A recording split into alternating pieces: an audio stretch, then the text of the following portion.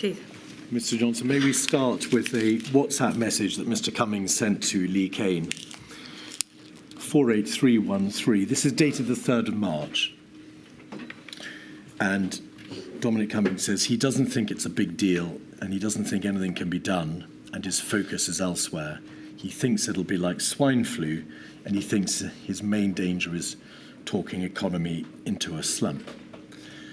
There are a number of parts to that message, and I'd just like you, please, to say whether or not you accept that there is any truth in this message, bearing in mind it's dated also the 3rd of March, or whether you think there is a degree of accuracy in it. Well, we've just had the previous day, Mr. Keith, we've just had the Cobra that I've chaired.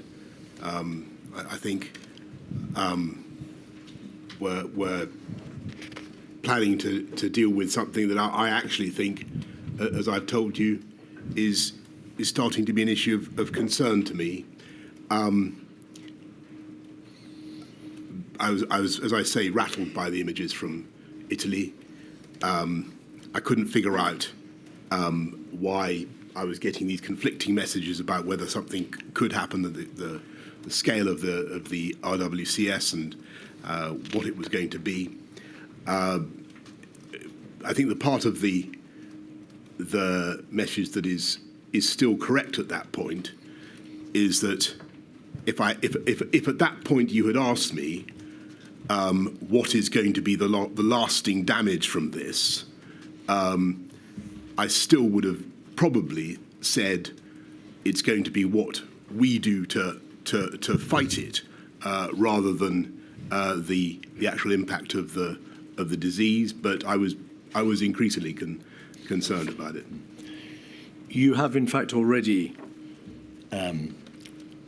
given evidence to the inquiry in relation to why, you suggested at an earlier stage, there were comparisons properly to be drawn with swine flu, and you've described the importance to you of not talking the economy down. The first line, he doesn't think anything can be done. May I just ask you this? This date, the 3rd of March, comes, of course, after your meeting with the Civil Contingency Secretariat. It comes after the Cobra, at which there is some early debate about measures and what can be done. And if you did say on the 3rd of March to Mr. Cummings, I don't think anything can be done, that casts a very significant light upon what you were being told around that time. I don't think I can't say exactly what I said to my advisor, nor would I necessarily place too much reliance on his reporting of what I said. But I think my impression was at that time that, because of what we've said about borders, because of what we said about the other measures open to us, that it goes back to the questions I was asking. I couldn't see yet the plan. I couldn't see what. So the NPIs were, to me, and this is probably what Imran is getting at in his email, pretty, far-fetched still in my imagination. I was still gestating that. At a press conference on the 3rd of March, you said that we were, as a country, extremely well prepared. Of course, as it turns out, that was not so. But I want to ask you, the weekend before, you'd received the draft action plan, the contained delay document, which you'd been shown in draft form. And in that document, there is that assertion. We are well prepared and we have plans in place, etc. Do you think you told the world that we were well prepared on the 3rd because you had seen it in that action plan, the draft of which you've been reading over the weekend? Yes, this is the second. This is the weekend of the 28th of February, 1st of March. Was it a leap year? Was there a 29th? I really don't know, Mr. Johnson. I can't assist you with that. anyway, it's certainly true that I was the general reassurances I was getting were that we were well prepared. So the scales had not yet fallen about, for instance, test and trace. Indeed, and you shook hands with patients at the Royal Free Hospital on the 1st of March. You know that, of course, you were later criticised for that. May we take it that you hadn't seen, or at least you hadn't been advised of the contents of the Spy B paper of around that time? In fact, the paper came later, the 3rd of March, but advice was given generally before that, advising against greetings such as shaking hands. Did you know? I didn't, but I do think that it was. I shouldn't have done that in retrospect, and I should have been more precautionary. But I wanted to be encouraging to people, and so I think it's on that day that I go to Colindale, to PHE, and although I've been told, sorry, this is in my statement, but although I've been told that we have a fantastic belt and braces system, I was a little bit concerned about. I had a feeling that perhaps they weren't really as across the situation as I'd been led to believe. Mr. Hancock gave evidence to the effect that he was told on the 18th of February by Public Health England that the test system was unsustainable, that it wouldn't be able to operate beyond the handful of first few hundred cases. Did you know that when you visited Colindale? No, and in fact I think I gave a clip to the media, which I gave some figure for the number of daily tests that I believed that we were doing, and I do remember Chris being CMO, being quite sounding confident, at least to me, about the number of tests we were capable of doing at around that time. I now I can't remember the exact All right. date. Cobra on the 4th of March, you chaired that. You were presented with a paper, Potential Impact of Behavioural and Social Interventions, 56158. Again, it's illustrative of what you were being told at the time, Mr. Johnson, because it makes plain that behavioural and social interventions can be applied as part of an HMG response, including the expected impacts. The note doesn't cover economic, operational, policy considerations. SAGE has not provided a recommendation of which interventions or package of interventions the government may choose to apply. So the first question is, did you understand that SAGE was never going to be telling you, Mr. Johnson, you must do this? It could only ever provide advice about the nature of the interventions and the consequences and the risks and so on. It could never tell you what to do or what you had to consider doing. That's right. I mean, SAGE is like it's a doctor-patient relationship. The doctor can't order you to do things. The doctor is not responsible for what you do. The doctor says, if you do this, then that. If you fail to do it, then the other, and that's basically how it works and should work. Was the Chief Medical Officer around that time, the 4th of March, telling you, however, you must now start considering these behavioural and social interventions? And of course, the first one, you'll recall, is imposed on the 12th of March. Yes, but we don't know when you first started to. So as I said before the break, actually the CMO and I had a heart-to-heart about non-pharmaceutical interventions, about a lot of aspects of it, particularly from a public health point of view, the costs, and he really stressed that. So we had thought about it, and I could see that was the direction in which things were starting to go. And it's only a few days later when I actually tell the public, I think for the first time, I think on the think it's the 9th or thereabouts, we're going to have to start Ramping. We're going to have to start restricting social contact. And that answers perhaps my next question, which is, why was there a delay between the first debate between you and the Chief Medical Officer about the possible imposition of these behavioural and social interventions and the 12th of March, when the first really significant intervention was imposed? I think there we have to go back to the earlier conversation that we had about Mindset. timeliness. No, not mindset, but mindset. Going early. About going early. About the issues that were raised by going hard, going early, which later became the mantra, but which in March the problem was that if you, so I was told repeatedly by both CSA and CMO, you risked bounce back and behavioural fatigue, and yet more behavioural fatigue as a consequence of bounce back.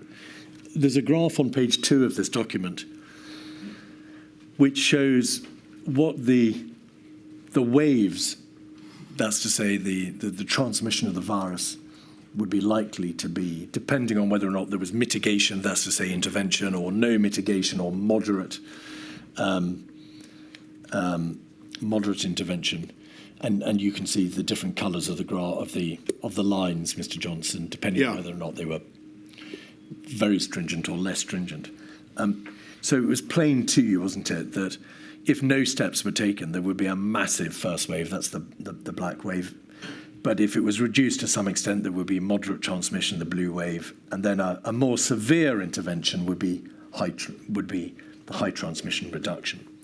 But to make absolutely plain, if we look at page 5, there was at this stage on the 4th of March no mention of a lockdown as such. There were a range of potential interventions, from stopping large events, closure of schools, home isolation, whole household isolation, social distancing, impact.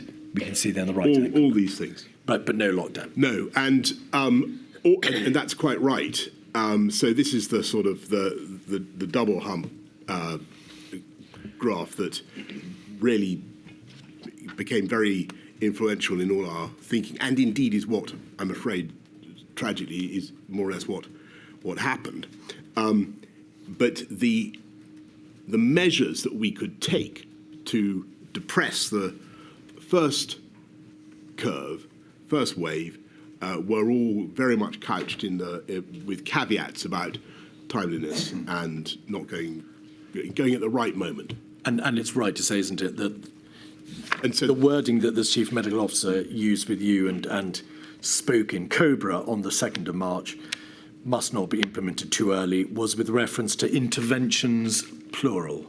Yes, and if I could offer a suggestion as to what was really going on, I think that, and this is clear, we simply didn't realise how fast the disease was spreading, and if you remember, the predictions were that the peak was going to come in mid-May or June, I think, and it was really well in advance of that. If we go back to page 2 and the graph, you can see that it's put there in terms of spring, summer and autumn. Yeah. But there was no suggestion on that graph that the peak of the black unmitigated wave would be the end of March or the beginning of April. That's correct. Speeding up now, because we're coming now to the final decisions in March. WhatsApp messages from Mr. Hancock, or rather his WhatsApp group, the WhatsApp group he shared with Mr. Cummings and Mr. Slack, suggests that around this time on the 5th of March, they debate telling you to stop saying business as usual. Did you recall that debate with them? I don't, and nor do I even remember saying that, but using the phrase. But I think what I might have said is, until such time as we tell you to do X, Y, Z, it's business as usual. But I don't remember that debate. You've described the genesis of the herd immunity debate. may I just please show you a WhatsApp entry or WhatsApp communication from the 14th of March, so running forward a bit to the weekend at which there was a distinct change in strategy. Yeah. If we could just look at the 14th of March, 7:17 a.m., so I think it's page 3 of 48399, we can see I'm not sure that's the correct document. 48399. Oh, yes, it is. Oh, yes. Thank you very much. So just to put in its context, Mr. Johnson, over the weekend, of which there was a change in strategy, there were repeated conversations between you all, of course, but you raised at this point the point of the impact of a herd immunity debate. And you make the point further down the page, I think it's at 649, 39.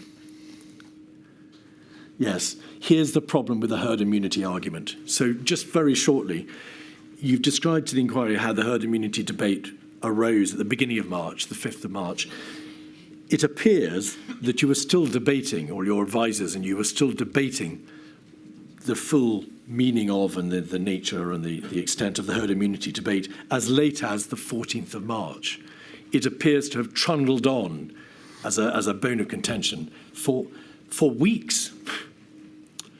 Can I think I can understand what I mean. I'm looking at this for the first time, but let me try to explain what I think this is about. What happened on the 12th of March was that there was a press conference in which we were trying to deal with I had to level with the public and say, I'm afraid a large number of people are going to lose their loved ones before their time. And it was a pretty grim press conference. And in that discussion, we were asked about how the way through. And I think Patrick said the idea was to flatten the curve, suppress the virus, with some measure of herd immunity by September being, I think, a good outcome, was what he said. And I think he also said something to the effect of, it might not be,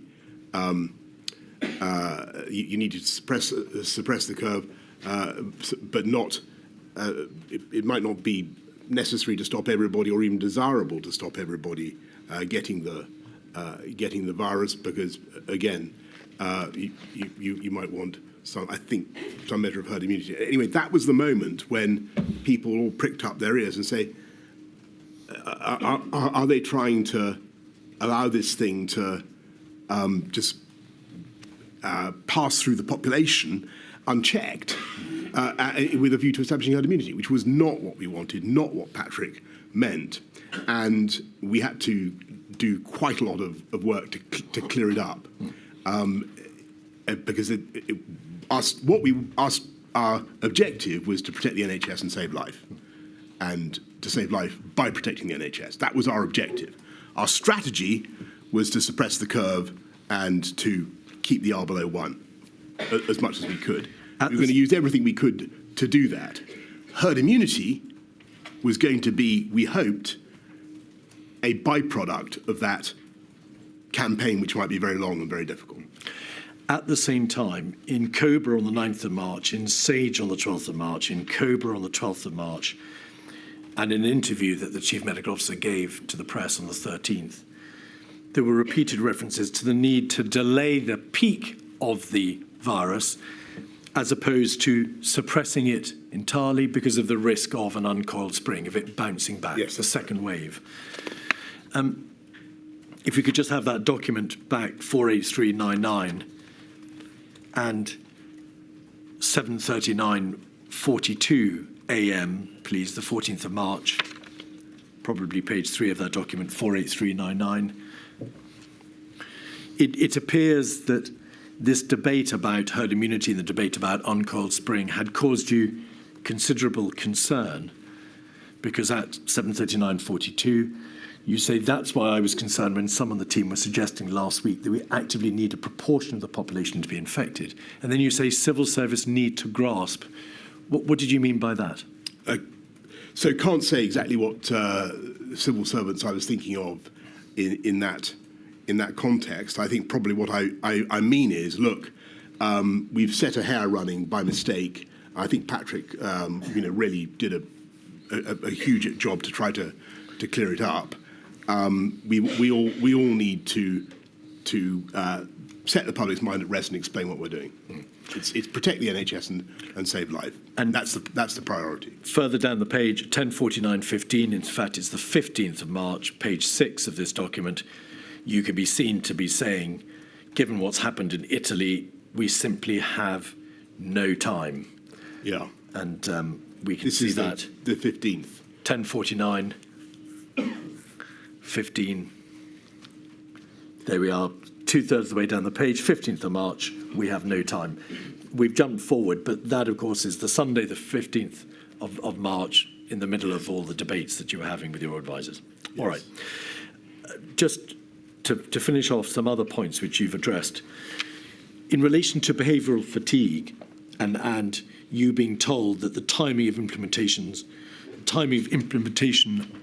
of interventions was vital, the evidence before the inquiry shows that the SAGE meeting on the 13th of March, that's yes. to say on the Friday, you weren't, of course, an attendee at SAGE, no, was told, and the minutes of the SAGE meeting make this plain, difficulty maintaining behaviours should not be taken as a reason to delay implementation. Ben Warner, your advisor, was present at that meeting, and he was reporting back to number 10.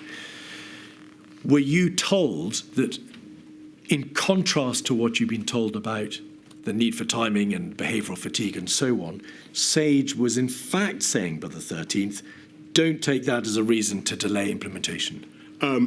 Well, in effect, yes, in the sense that was and I wasn't told that particular detail about behavioural fatigue not being a reason to delay implementation. But what I was told was that we had a new data. We were at least, 5 to 7 days further on, possibly more, in the curve than we thought we were, and that the margin of manoeuvre that SAGE had seemed to think we had and was offering to us on the 12th, if you remember, they say then, there are 4 things you can do: self-isolation for 7 days if you've got any kind of symptoms. Though even that they say we could postpone till the Monday, the 16th. Then there's household isolation for 14 days. Then there's a couple more measures. Advice for the elderly, for the vulnerable, and then for those over 70s. And those last 3, they say can actually be put off for 1 to 3 weeks on the 12th. Then on the 13th, that's the key moment, really, because that's when I get called back on the Friday evening. I come back on the first thing in the morning, and you know the rest. On the 12th of March, there was a COBRA meeting, which you chaired, 56209. There is at page 6 a graph. Yeah. And now I remember looking at this page is entitled "What would the effect be on the NHS of interventions?" This is what date is this again? This is the 12th of March, so it's the Thursday. Now, on the right-hand side, you can see graph A, no measures, so that's to say no interventions, and on the bottom right-hand corner, graph B, measures 1 and 2 implemented. 1 and 2 were 7-day isolation, and number 2 is household isolation. If we could scroll back out again, please. In both graphs, the red line freeable beds and the black line total NHS beds make plain that whatever you do, unmitigated or mitigated through measures 1 and 2, the NHS will be massively overwhelmed. Yes. What did you make of that? I was bewildered, to be honest. I remember looking at that graph and thinking, in either case, we are facing an absolutely intolerable situation, and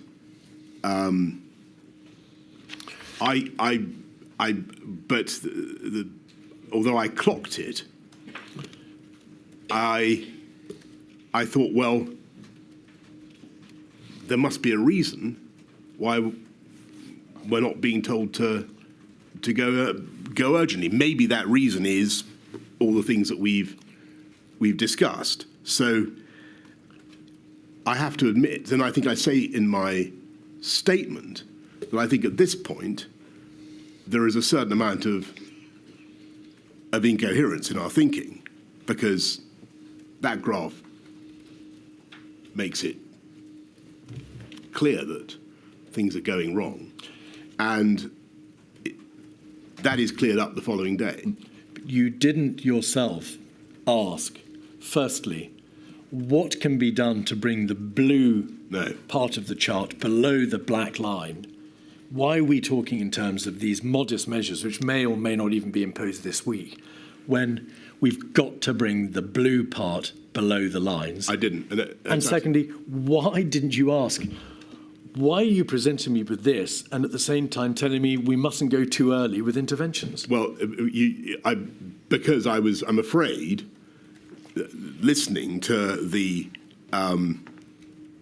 advice I was being given about timeliness, and I was and looking with puzzlement at the graphs, and what I should have done, and though thankfully it was only a matter of a day or two before the thing was resolved, what I should have done was, as soon as I saw that graph, said, hang on, this is not coherent with what you're telling me about timeliness, because I do remember looking at it and thinking there was something amiss. Around this time, on the 5th of March, going back to the beginning of the week, the 5th of March, there was a Covid-19 meeting at which advice was given to the effect that a prohibition on mass gatherings was not necessary. Did you, throughout that week, as you had, in fact, during earlier weeks, receive advice that for epidemiological purposes, at any rate, there was no need to shut mass gatherings, sporting events? That was but to be fair to the people who were giving the advice, it sounded reasonable at the time, given what we knew, because what they said was, look, if you do this, what you will do is push everybody into the pubs and the warm enclosed spaces where transmission will be even faster. So that was the point that was made. You were, by your own words, of course, only following the science rather than being directed by the science. It must have been apparent to you that this was presentationally disastrous to keep mass gatherings open whilst you were debating the closure of schools as one of the possible interventions. That's true, but I felt that it was certainly the public didn't get it. That was true of many of the measures that we put in place throughout the pandemic. There was often a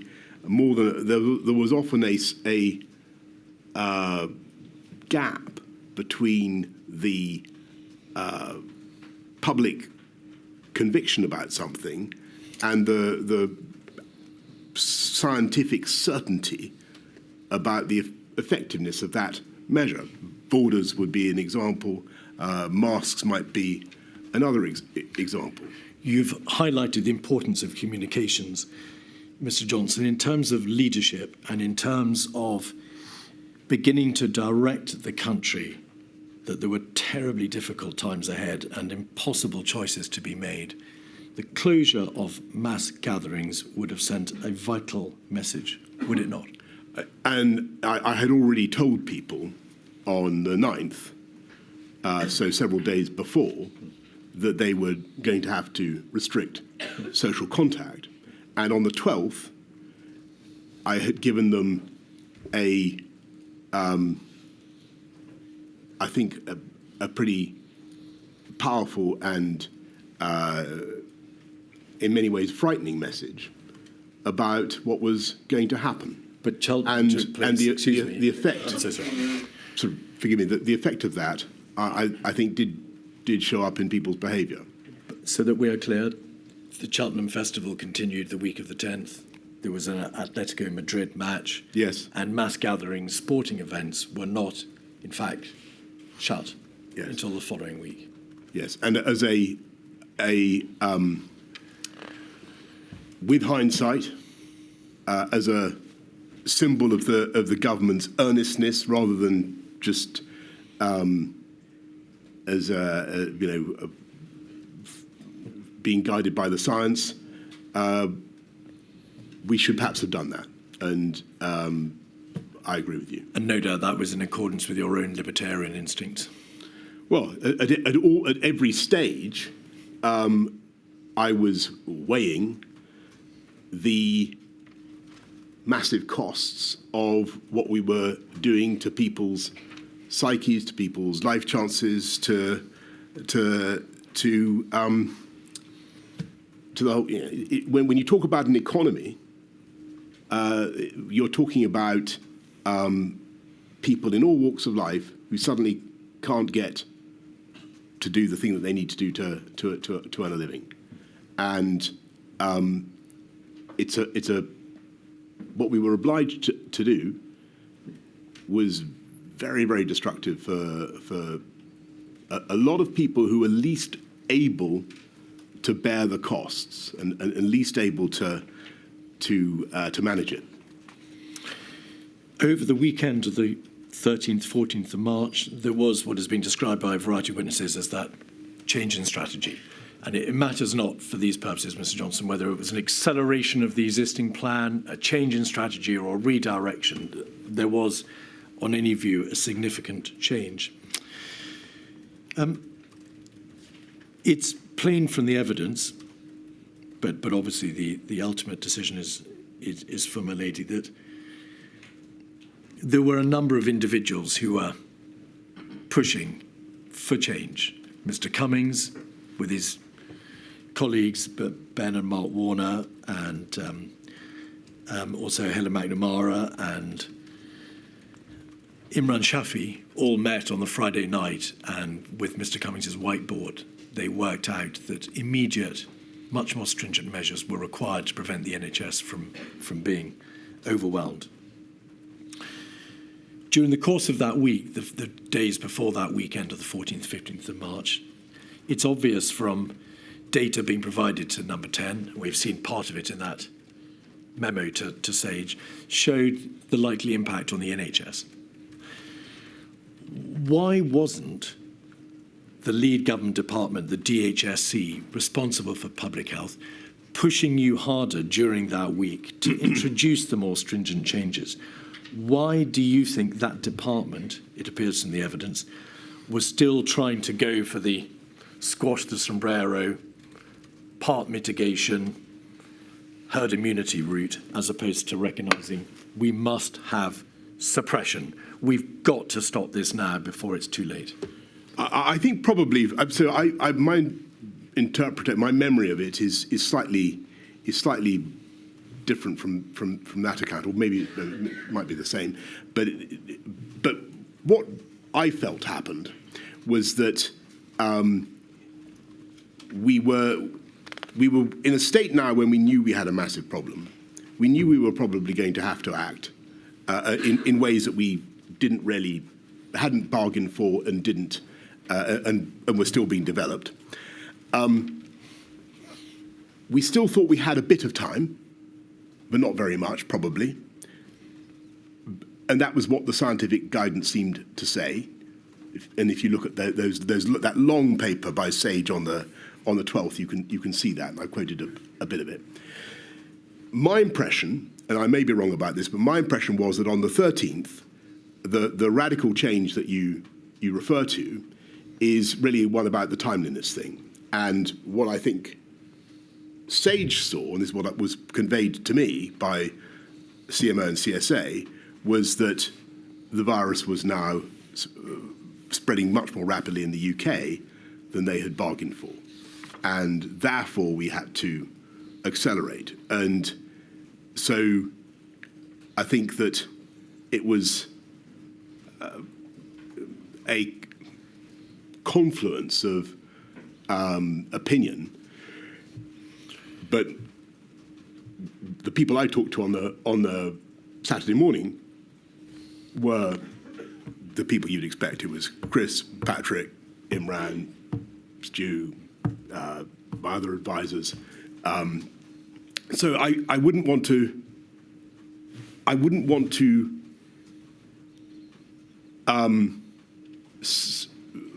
Allow the inquiry to run away with the idea that it all would have sailed on had it not been for the intervention of Number 10. I think that Sage themselves on the 13th had seen very seriously and very clearly that something needed to be done. That was at any rate was my impression. Until Saturday, the 14th of March, when Mr. Cummings presented his whiteboard in the middle of numerous other meetings and talked about Plan B.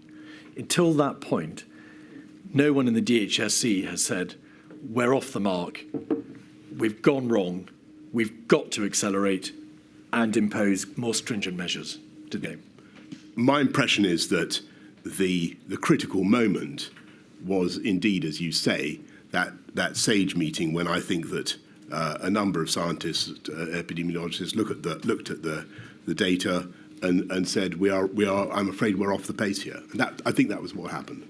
In his evidence to this inquiry, Mr. Hancock said that on that Friday, the 13th of March, he called you to tell you that there needed to be an immediate lockdown. Do you recall that call or not? I'm afraid I don't. But it's been a long time. In his witness statement, Mr. Cummings says at page 49, during the course of the Saturday, quote, the Prime Minister asked reasonable questions, including, why aren't Hancock, Whitty, Vallance telling me this? Do you recall that discussion? I remember them being there, but I might be. There was a meeting, well, there were four meetings. There was a meeting with Sedwell, Vallance, Whitty, then a meeting with Cummings, Reynolds, Shafi, Lister, Whitty, and a host of others. Then a follow-up meeting yourself with Mr. Cummings and the Warners. Then a second follow-up meeting, and then another meeting. You had a lot of meetings that day. Yeah. At one of them, Mr. Cummings says you turned to him and said, why aren't Hancock, Whitty, Vallance telling me this? Do you recall that debate? I think I don't recall it, but what's certainly possible is that I was alluding to. I was looking with, dismay at what was happening, dismay about what we were going to have to do, and reflecting that, this was not the message. I'm conjecturing. This is not the message that I've been having from them in the past few days. You don't recall?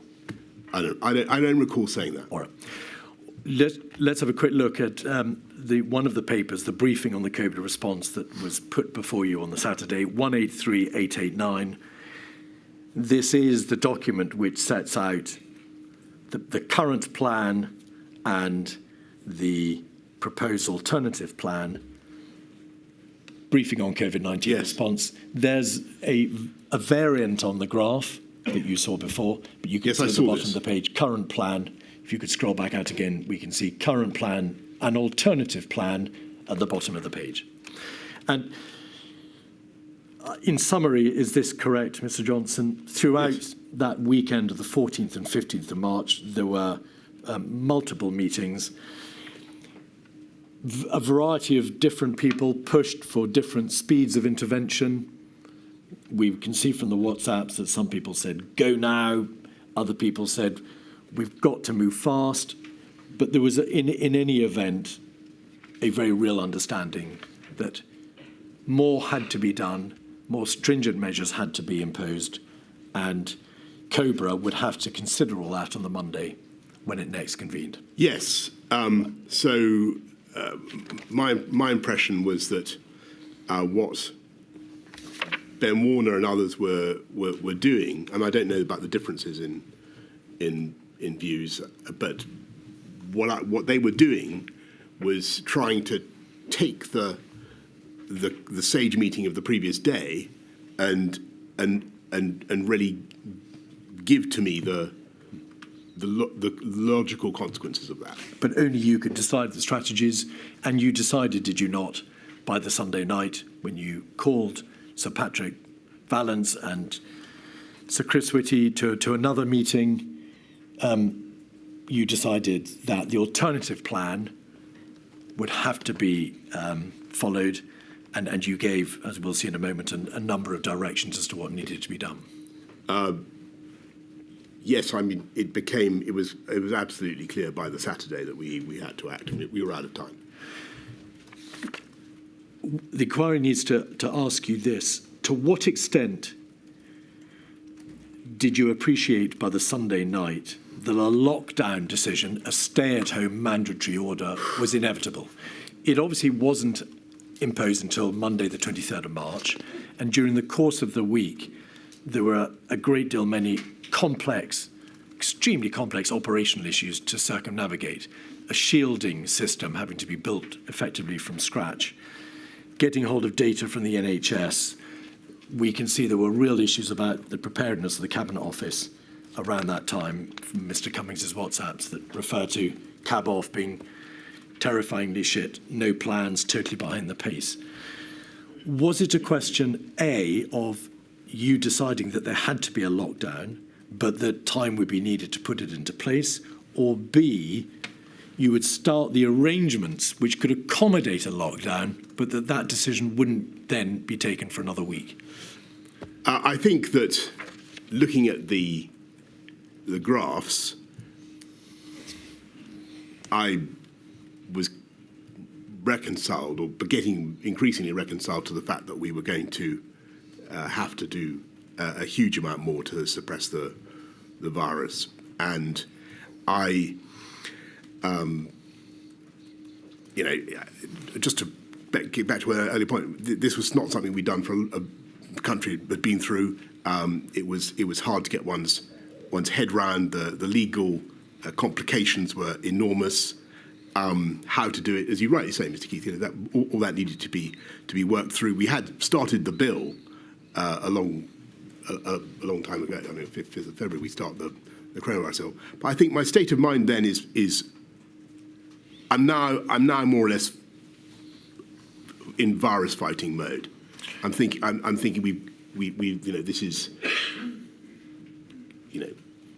there's absolutely nothing. We've got to throw that. We've got to sort this out. And so there's then a series of things that we do leading up to the 23rd. But you weren't entirely in virus fighting mood. If we look at 273, 872, page 55, we can see part of the seemingly perennial debate in your own mind as to what should be done.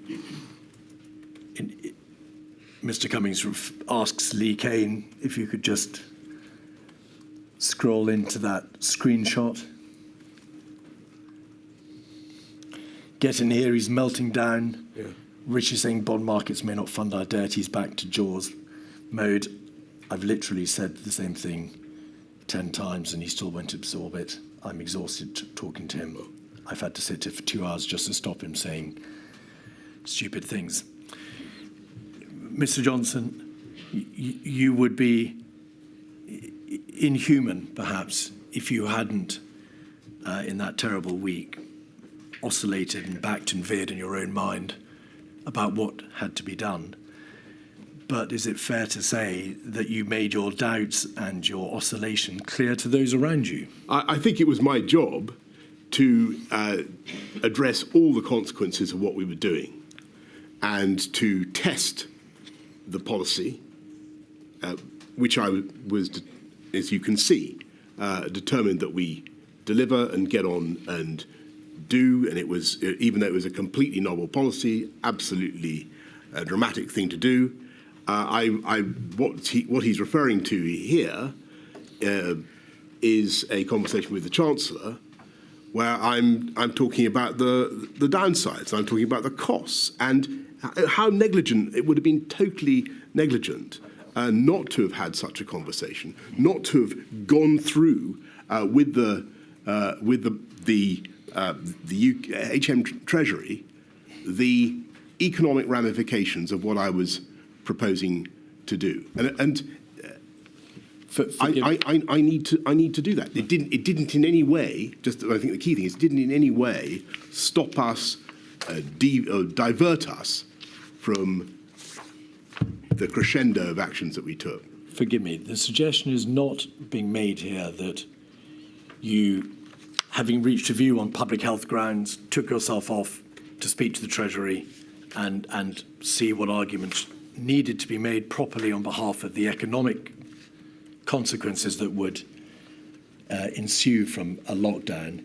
It is that your own decision-making, your own judgment backed and veered, and that by implication, this is a poor example of leadership function. You couldn't make up your own mind as to what should be done. On the contrary, I've made up my mind. We are getting on and doing it. We are not being diverted. I've got the Chancellor of the Exchequer with me, saying that there's a risk to the UK bond markets and our ability to raise sovereign debt. This matters massively to people in this country. It matters to the livelihoods of people up and down the land. I have to go through the arguments. And that is what I was doing. At 146636, page 92, your own private secretary, Imran Shafi, recorded in his notebook that on Thursday, the 19th of March, the same day, in fact, as those communications, you said, "We're killing the patient to tackle the tumour, large people who will die. Why are we destroying everything for people who will die anyway soon? Bed blockers." Is that not indicative of an absence of consistent position by you and a clear decision that on the basis of the scientific advice that you had received, these stringent interventions were necessary? No, it's an indication of the cruelty of the choice that we faced and the appalling balancing act that I had to do throughout the pandemic. And in order to what, if I said something like that, what I was saying, which is the truth, which is that in order to drive down the virus, to stamp out the virus, you have to do things that are going to be very damaging in all sorts of other ways. Perhaps it's not. It wasn't designed to be publicly broadcast, but I was trying to find a way crisply to summarise what I saw as part of the problem, and I needed people to, and I think, by the way, that what I hope the inquiry will be able to do, I needed people to be able to do a faster reckoning of the benefits, the impacts of the MPIs and the costs at the same time. As for the reference to so-called bed blockers, that is, I assume this is the 19th of March, is it? Yes. And well, we've only a couple of days previously decided to do the March discharge strategy, and the issue there is that we're facing a crisis in that we only have about 100,000 beds in the NHS and in the acute sector, and plainly, sadly, many of those were delayed discharge patients, and we needed to sort that out.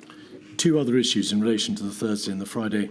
On the 19th of March, that Thursday, you had a meeting with a newspaper proprietor. Mr. Cummings has suggested that that meeting, which appeared in your diary as a personal social matter, was not perhaps the best use of your time in the middle of this crisis. Well, I can't remember exactly what happened at that meeting. It was a very brief meeting. The newspaper proprietor in question doubtless wanted to know about what was happening to London and why where he owned and indeed the whole country and wanted to be informed, and I wanted him to be supportive. So was the meeting to do with COVID? Was it COVID related, Mr. Johnson? I can't remember, but I'm absolutely certain it must have been. On that Thursday and Friday, there was then debate also, wasn't there, about whether or not, in light of the figures showing that the NHS in London would be overwhelmed sooner, there might have to be a lockdown for London first before the rest of the country. But that debate resolved itself, didn't it, when it became apparent that there was little point in locking London down if the rest of the country was going to be locked down just a matter of days thereafter. Yeah, that's exactly right. All right. The final weekend of the 21st, 22nd of March, Sir Chris Whitty produced a paper dated the 22nd of March, in fact, called Coronavirus Summary of Strategic and Tactical Approach to the Epidemic. And that was presented to you at the second of a Covid-19 strategy meeting on the 22nd. The lockdown was, of course, ordered on the 23rd, following a meeting of COBRA and a strategy ministerial group meeting. The material put before you, Mr. Johnson, over that weekend shows that whilst there were some positive trends, the level of compliance by the population in relation to the measures which had previously been imposed on the 16th and 20th of March failed to reach the necessary 75% required to have some degree of certainty that the R number could be brought below 1. Is that a fair summary? Yeah, that's completely right. And I remember, I think, Patrick making points about there being too much social mixing in parks and so on. Now, obviously, the schools had been shut from the 20th. You had directed the closure of non-essential retail and leisure outlets and everything else on Friday the 20th. Yes. A few days before, on the 16th, you'd had the first set of interventions. Why, on that Monday, did you not wait to see whether or not the measures from the previous week, which had, of course, been imposed in good faith and specifically designed to bring the R below 1, which was your overriding strategy, might work? Why didn't you wait to see whether or not those measures would, over the course of that week, start to bring R down below 1, as you had fervently hoped and properly believed they would when you'd imposed them the week before? I think that by this stage, for the simple reason, the scientific advice was starting to become much more precautionary, and I think that I sensed from what I was being told about the effectiveness of the previous messages that we had to do more. And looking at the shape of the curves that I had seen, I thought that we'd run out of wiggle room, and I thought we had to do what we could. There was no hard data, of course, as to when the NHS would be overwhelmed. You are not in the position of being able to ever to being given hard data as to when that would be, because you were in the context of a epidemiological exponential curve. And nor was it. You could not know exactly how many additional deaths would be spared if you took the measures on the 23rd of March, as opposed to waiting to see whether the measures from the 20th would work. You just weren't in that territory. And that being so, why didn't you wait to see whether or not the previous measures should be allowed to work? You say, looking at the shape of the curves, I thought we'd run out of wriggle room. I sensed more needed to be done. That was a very, and this is the suggestion to you, a very uncertain foundation upon which to order the ultimate sanction, the mandatory stay-at-home order. I accept that. I think that, I'm troubled by the decisions that I took for all sorts of reasons, and none of them, as we said at the beginning, were easy. I've been, the government clearly, from some quarters, gets criticised for going ahead with a lockdown, and as we were discussing earlier, the very word lockdown doesn't really appear in government vocabulary until the 14th. But we did it completely on the 23rd. I think it was really a measure of my anxiety about the curve. It seemed to me that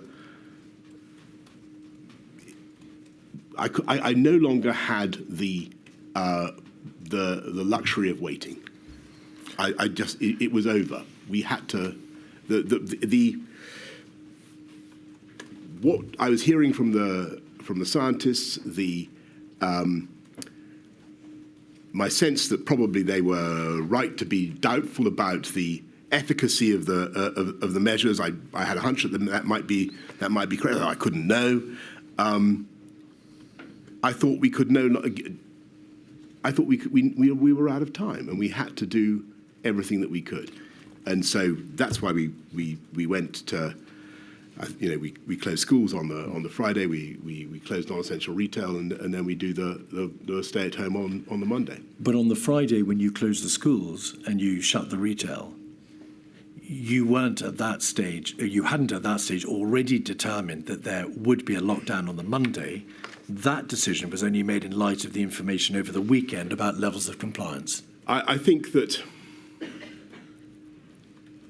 that's correct, isn't it? I think that's probably true, but I think that my general sense of where we were likely to be going had changed, and I thought that we were going to have to do whatever it took. 56213, page 4, is the relevant part of a meeting of COBRA. The COBRA decision, the COBRA meeting that took place on the Monday, after you had given the directions on the Sunday night.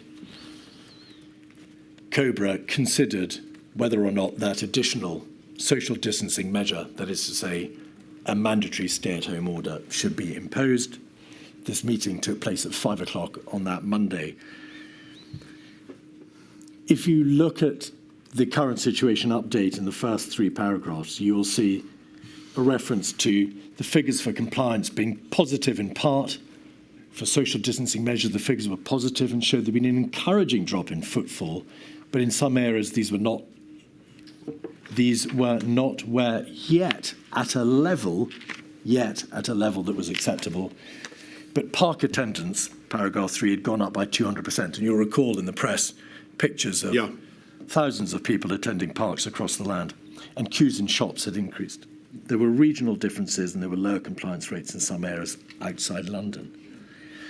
If we just scroll, and we needn't pause for long, but if you just scroll over the document, we can see there is much more detail provided about levels of compliance, the tube, and then on page 6 at the top, the chair said the measures were not to stop all work. There was work in government and other offices that must be maintained. There was a balance. The Attorney General gave advice on legal matters. Some points were made about enforcement and deterrence. And 12, the measures needed to be taken as social distancing was not being adhered to at present. It appears, Mr. Johnson, from that paragraph that you understood there to be a binary issue. Either the 20th of March measures were being adhered to, or they were not. And if they were not, there was no option but to go the ultimate step and impose the lockdown. There was no debate in that meeting, was there, as to whether or not, to use the words of the Chief Medical Officer, the measures from Friday might yet do the job. I think that's fair, but I want to try to explain to you why I still thought it was right to throw everything at it. And the basic reason is that I had seen from the events of the last, which we've discussed extensively, of the last 2-3 weeks, that we'd systematically underestimated speed, underestimated prevalence, and we didn't have any other shot. We didn't have the systems to control the virus that, perhaps I believed earlier in the month that we did. I didn't know what other tools I had as Prime Minister to protect large numbers of people from this virus. And I felt fundamentally that I was out of time. And what I believed in the previous week was that we still had some wiggle room, because that seemed to be what I was hearing. I might have been wrong, but I took the view on the Sunday and Monday that we were just out of time, and the thing was too big and the curve was too aggressive. The inquiry has put this proposition to Sir Chris Whitty and also to Mr. Hancock. Did you act because, in effect, you were told by the Chief Medical Officer and the government's chief scientific advisor that the nature of the exponential growth was such that, regardless of the actual number of NHS places, regardless of any data that might indicate that the NHS would be overwhelmed or when it would occur, and regardless of the number of additional deaths that would be caused if you didn't act, the nature of the exponential growth was such that huge numbers of additional deaths and collapse were inevitable at some point, and you simply couldn't gamble that they would not eventually occur. Is that the nub of it? I took very seriously, and I listened very hard to Chris and Patrick, and it felt to me as though they were basically saying that the UK was now in a position where we had to do everything we could to restrain contact, and that was our best shot at protecting the NHS and saving life. And so that was what I did. Can I interrupt for a second? Forgive me. I'm so sorry, Millie. No, it's just, you mentioned earlier, Mr. Johnson, about how some would say you shouldn't lock down at all. When you did decide that we had to lock down, did you consider the arguments that say you should never go that far and impose that kind of level of draconian restriction on the liberty of the population? Did you consider the argument against lockdown, or did you? I did, and I mean, I didn't. I'm afraid to say at that stage I gave it pretty short shrift, because I thought that my job was to protect human life, and that is the number one duty of government. And I thought that if the NHS was overwhelmed, then the risk of truly tragic scenes in the UK of the kind we'd seen in Lombardy was very real. And thank heavens that did not happen, thanks to the amazing work of the NHS and, as I said right at the beginning, hundreds of thousands of people. But I felt I had to do what I could to give them the best possible chance, and I had no other tool, literally nothing else. Thank you. And is that why, Mr. Johnson, examination of the COVID-19 strategy ministerial group meeting on the Saturday, the COVID-19 strategy ministerial group meeting on the Monday morning at 9:15, and of the COBRA meeting that we've looked at 5 p.m. on the Monday, shows very little, if any, debate about the countervailing non-public health argument. It's just not there. That doesn't mean that it wasn't happening. And as you've seen a reference to it in my conversation with the Chancellor. There was a huge amount of thought going into it. But the higher objective had to be saving human life. And it is perhaps not surprising, but within 3 days of that momentous decision, 48399, page 17, having seen an article in the press, and it's a matter entirely, of course, for my lady, you ask the extremely salient questions, although I now can't see them. If we could scroll back out. Yes, please, if we could scroll back out, please. I must say I agree with every word of this week's Spectator, perhaps. Cover story by Professor John Lee. We have no idea how many COVID deaths are truly additional.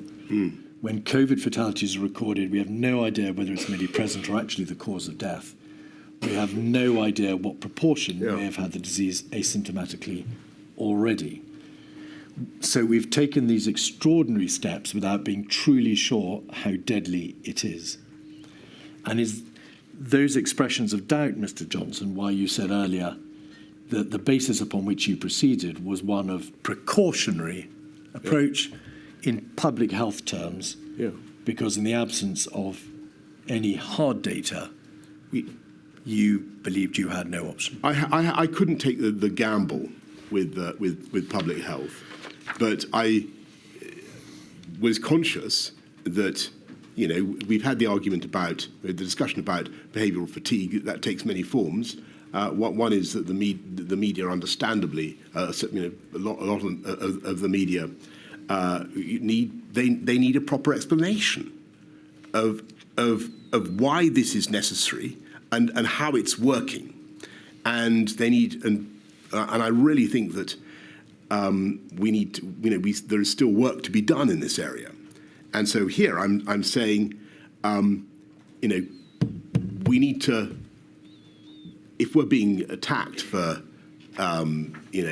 not standing up our actions, then we need to substantiate it. We need to say no. This is what public health requires. And so on this essential issue, the inquiry wants to ask 3 direct questions. Firstly, from what you've said, Mr. Johnson, and this may be entirely obvious, was it your position that the lockdown measures, the stay-at-home mandatory order of the 23rd of March, was absolutely necessary? I believe that it was. And I believe that it helped to suppress the R. I think that it was cumulative.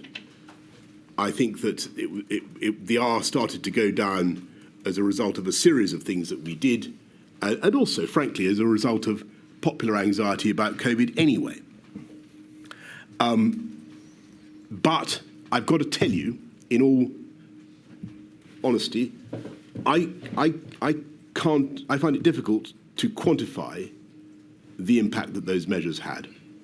And the more we can do to explain why NPI measures of any kind work, why they're necessary to the satisfaction of everybody, the easier it will be for government next time, and the more public buy-in there will be. Is that a public reference buy-in? Public buy-in was, I think, already very high, but I think it would be a great thing. Is that a reference to objective analysis of life quality and the outcomes in terms of life and death and quality of life of particular measures?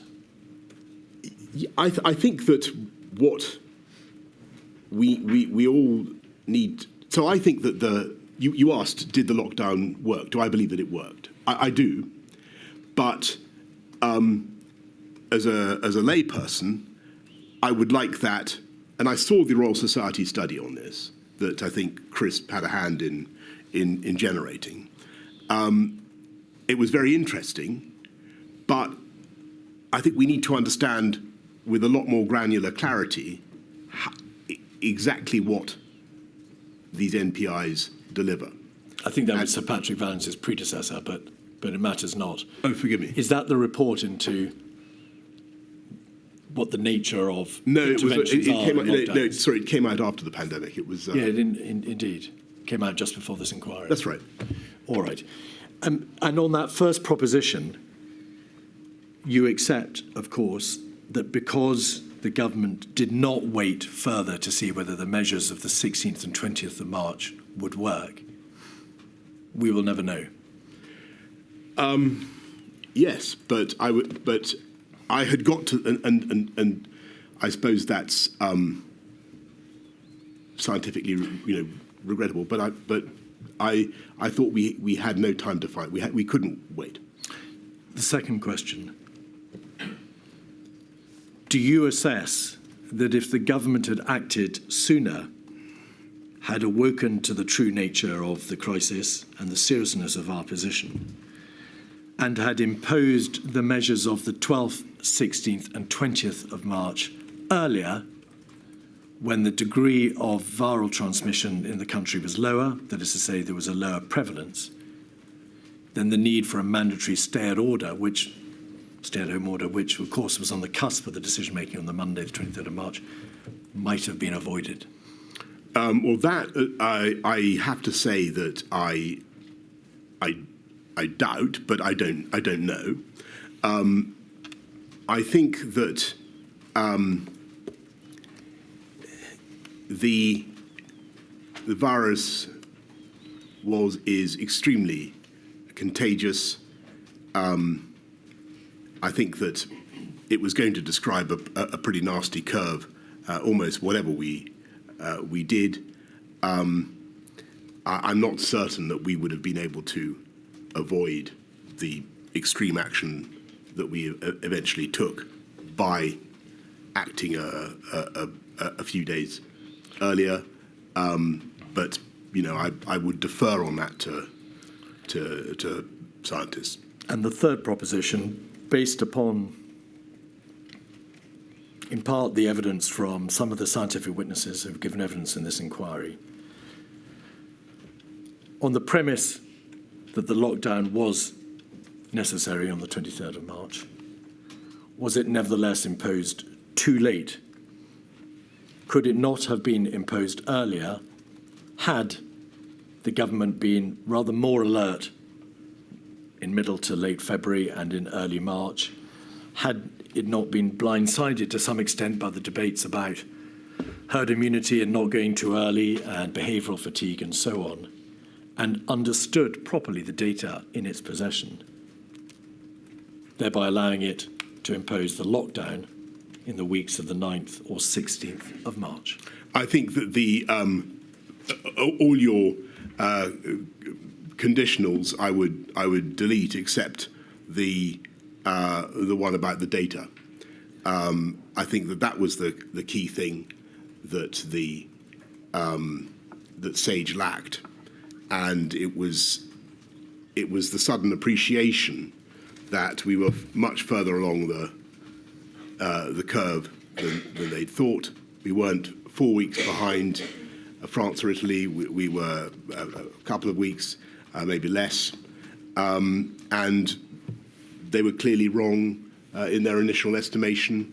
We were clearly wrong in our estimation of where the peak was going to be. And so that penny drop, that we realised that on the evening of the 13th into the 14th, and then we acted. But I think once we decided to act, I think it was pretty fast from flash to bang. Perfect timing, Mr. Keith. We'll take a 15-minute break. Thank you. Back at 10 past.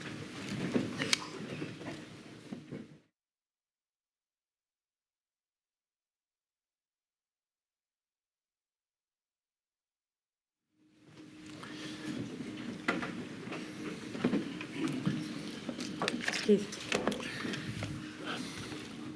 Mr. Johnson, as is well known, after the first lockdown, your government published a roadmap out of lockdown in May. Yes. On the 10th of May, I think it was presented to Parliament, our plan to rebuild.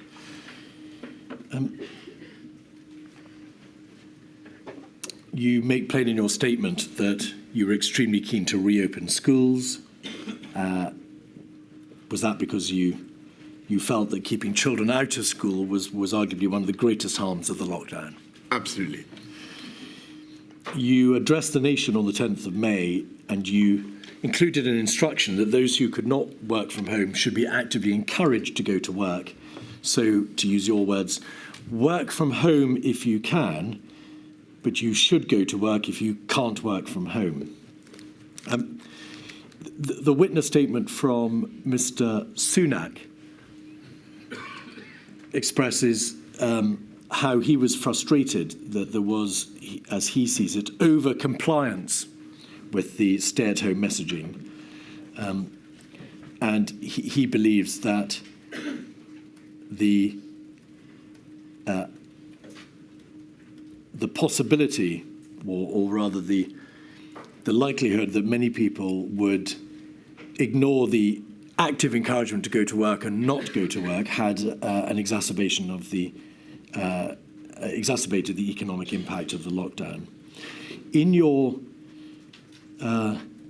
your communications with your colleagues on this subject, did you in July say this? In July 2021, looking back to 2020, yes. I arguably cocked it up last time with finger wagging to everyone to get on and do some work.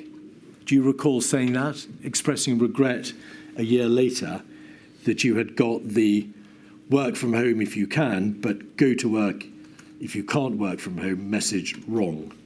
I think that it was a very difficult time as we came out of, I mean, the whole thing was unbelievably difficult, but as we came out of lockdown in the summer of, early summer of 2020 for the first time, that some areas remain under a lot of restrictive measures.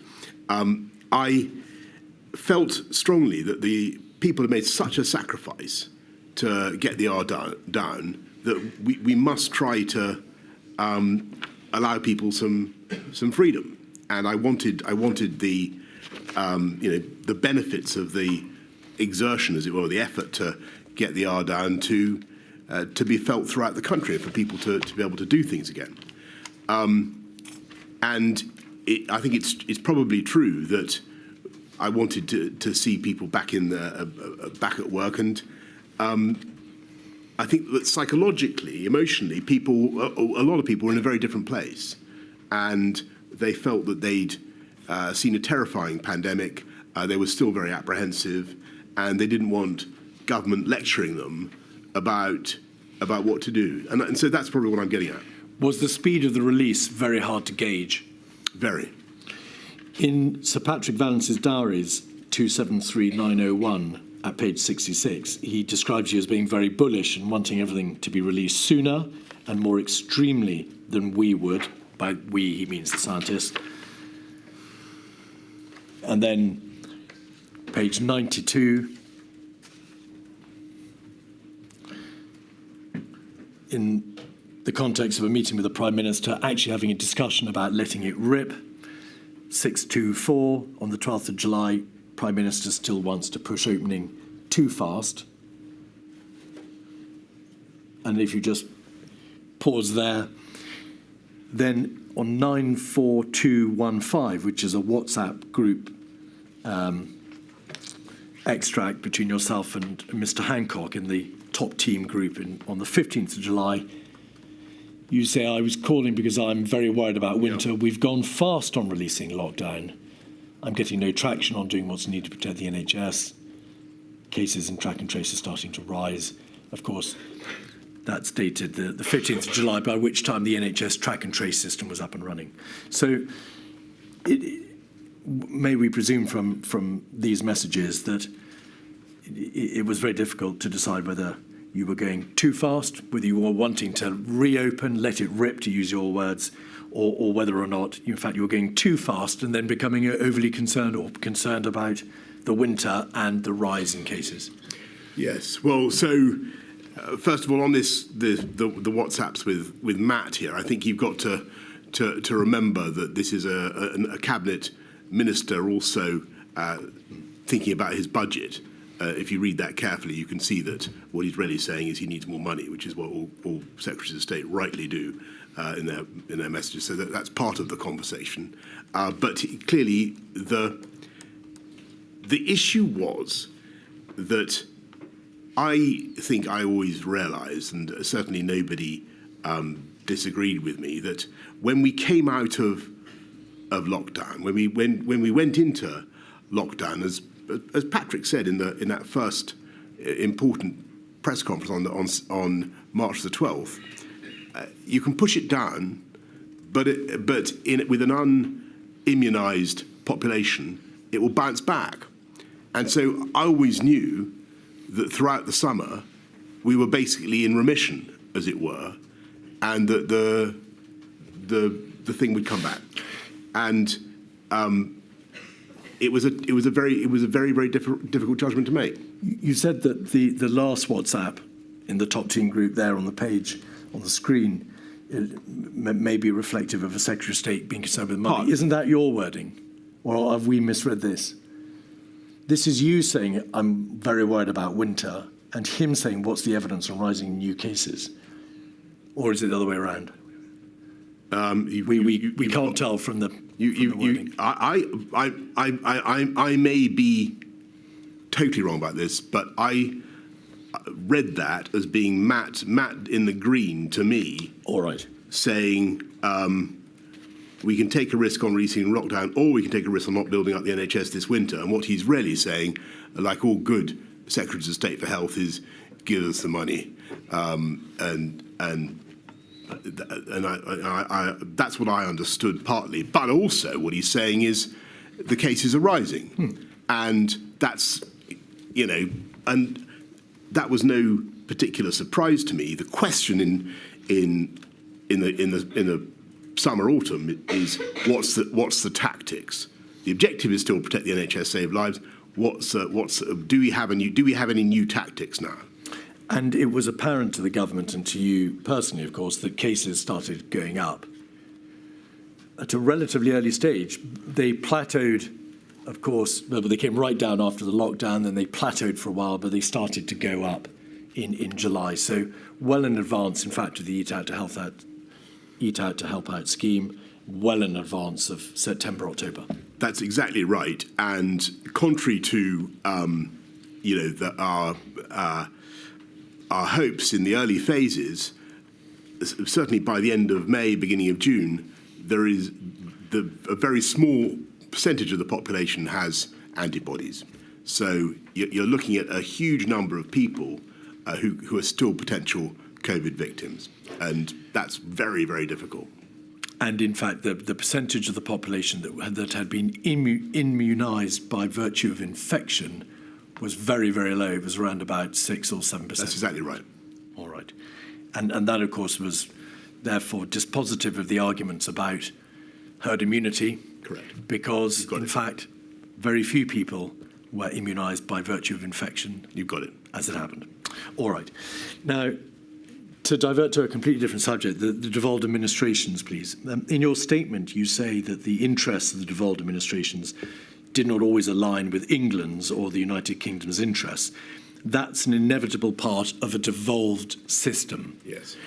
Was that a nod to the fact that the United Kingdom powers were constrained by public health legislation, the Coronavirus Act, Public Health Act, Control of Diseases Act, but on the ground, this public health crisis was a devolved issue because it was for each devolved nation to determine its own course in terms of the public health measures it took. Did it matter ultimately? There has been a great deal of evidence given about differences of approach in terms of presentation, debates about whether or not politically one or more devolved administrations took a different route for political reasons. Also, whether or not, when they attended meetings, they were simply informed of what the position would be rather than being encouraged to generally debate the decision. Overall, did the constituent parts of the United Kingdom generally work well in the face of this crisis? Yes, I hope what many of your respondents will also have said is that overwhelmingly the collaboration was excellent, and the governments of the DAs, there was far more that united us and divided us. I know that sounds trite, but it's got to be said, and it was really a big UK effort, and the country really pulled together. I was making a much more limited point, and it is no disrespect to the First Minister of Scotland or anybody else, Chief Minister of Northern Ireland, Wales.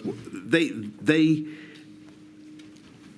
understandably were looking to talk directly to their own electorates.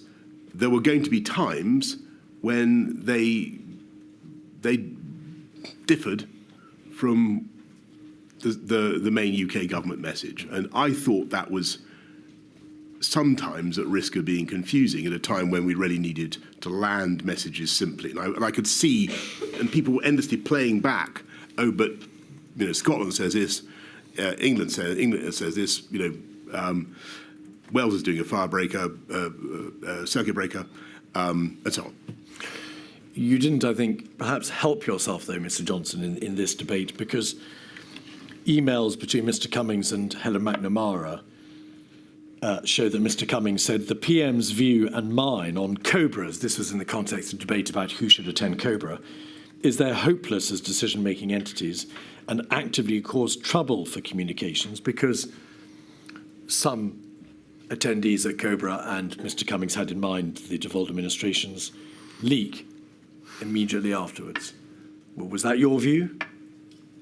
I think that sometimes that was the case, and that was in my view a problem.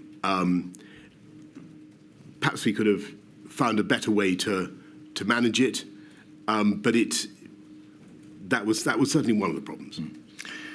The system was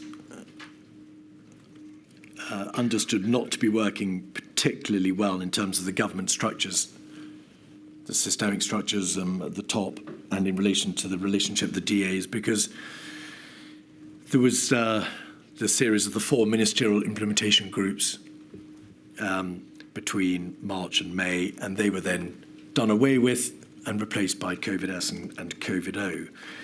You directed, following advice from your cabinet secretary, that there should be a new rhythm of meetings, the 9 a.m. meetings to which the DAs were not invited, and you directed that consideration should be given to using something called the Joint Ministerial Committee. But the Joint Ministerial Committee was never used, was it, for the purposes of meeting with the DAs? I think that first of all, I think the Cobra's had the problems that we've identified. There was a problem with messaging, and I think that was a serious problem. I think that in future, there has to be some way of having a joined up, a UK pandemic response. And how you get to that, I've got an open mind. I see a lot of my colleagues are against the Civil Contingencies Act. I'm happy to defer to them on that point. I wonder whether you could amend the 1984 Public Health Act so as to have an exemption for pandemics. It just seems to me that something needs to be done to fix this, whilst taking account of the legitimate concerns of the DAs, their legitimate desire to be involved and to contribute. But we need to find a better way to get a single message. There was a body called the Review of Intergovernmental Relations. I think it reported in January 22, so just at the end of the pandemic, just at the end of the crisis, which recommended that the Prime Minister of the United Kingdom should meet with the heads of the devolved governments on a regular basis. But that came later. Yeah. During the crisis, you ordered that Michael Gove, the Chancellor of the Duchy of Lancaster, should chair regular meetings with the devolved administrations.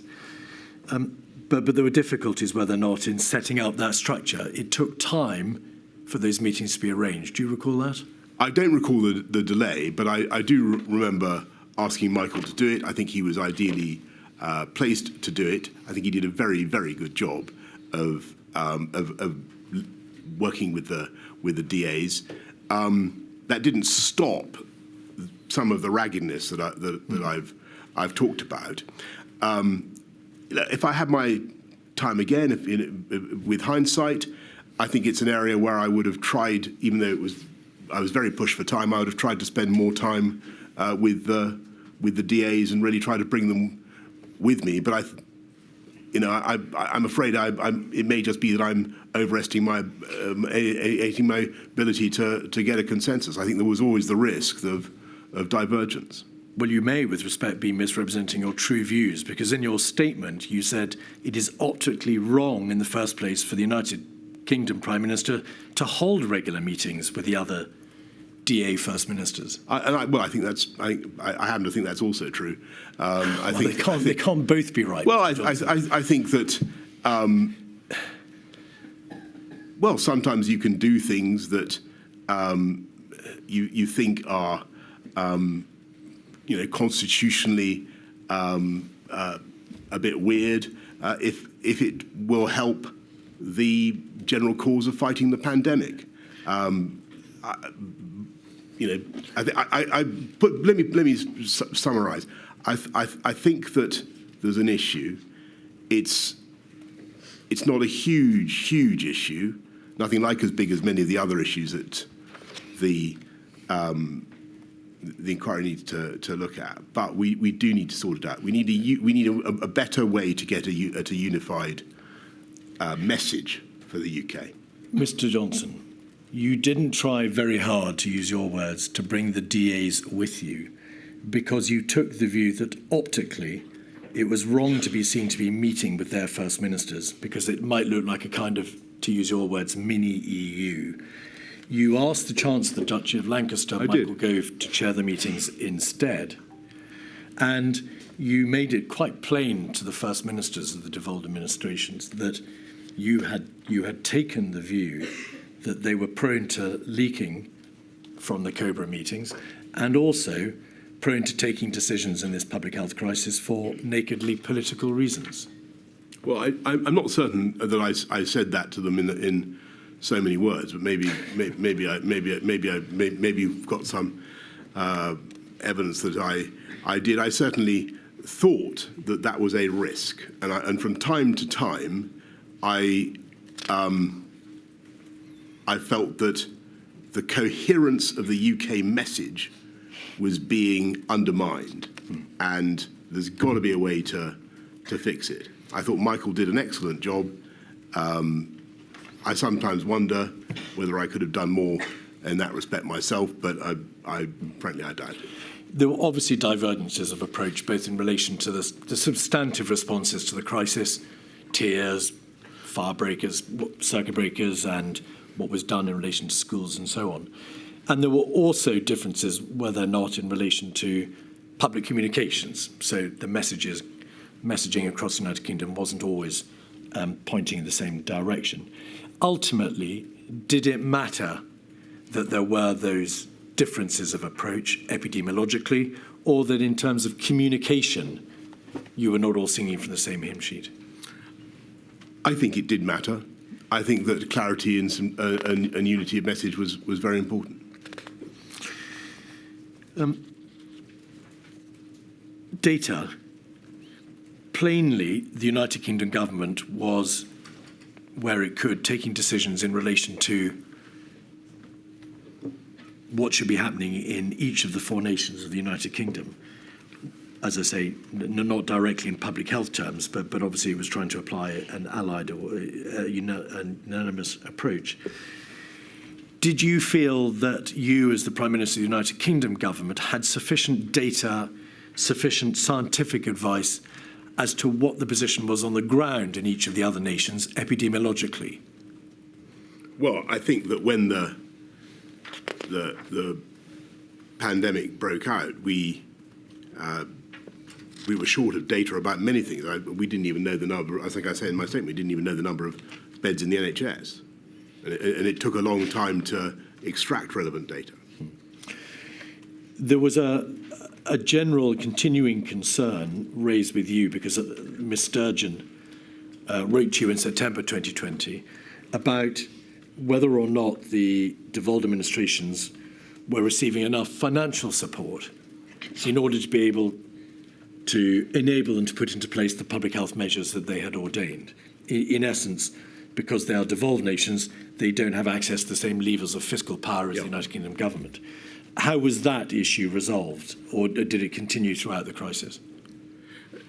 I think that the issue of financial support was obviously allied with the issue of divergence of approach, because clearly, if it was open to a DA to take for instance, a much more precautionary approach, or to say that they wanted to do X, Y, Z policy that would be more expensive, then that was something that we were going to, that the whole of the UK Exchequer was going to have to cover. Now, that it wasn't that I wanted unity of message for that reason. But that was certainly an extra complication. In his statement, Michael Gove says, in the early stages of the response, there were occasions when insufficient notice was given to the devolved administrations of decisions that were likely to be taken. And in her witness statement, Ms Sturgeon says, I believe both that communication should have been better, and more importantly, that the devolved administration should have been integral to that decision-making. Would you accept, perhaps with hindsight, that the decision-making process, insofar as it involved the DAs, was not as good as it might have been? I think some form of integrated decision-making that doesn't leak is what you're after. Local government. It would seem that in March 2020, there was a deliberate decision within Downing Street not to invite the Mayor of London to meetings until the 16th of March. He says that he made repeated requests to attend. He requested to attend Cobra on the 2nd, 9th and 12th of March, but was not permitted to do so. Did you know that? Do you agree with that?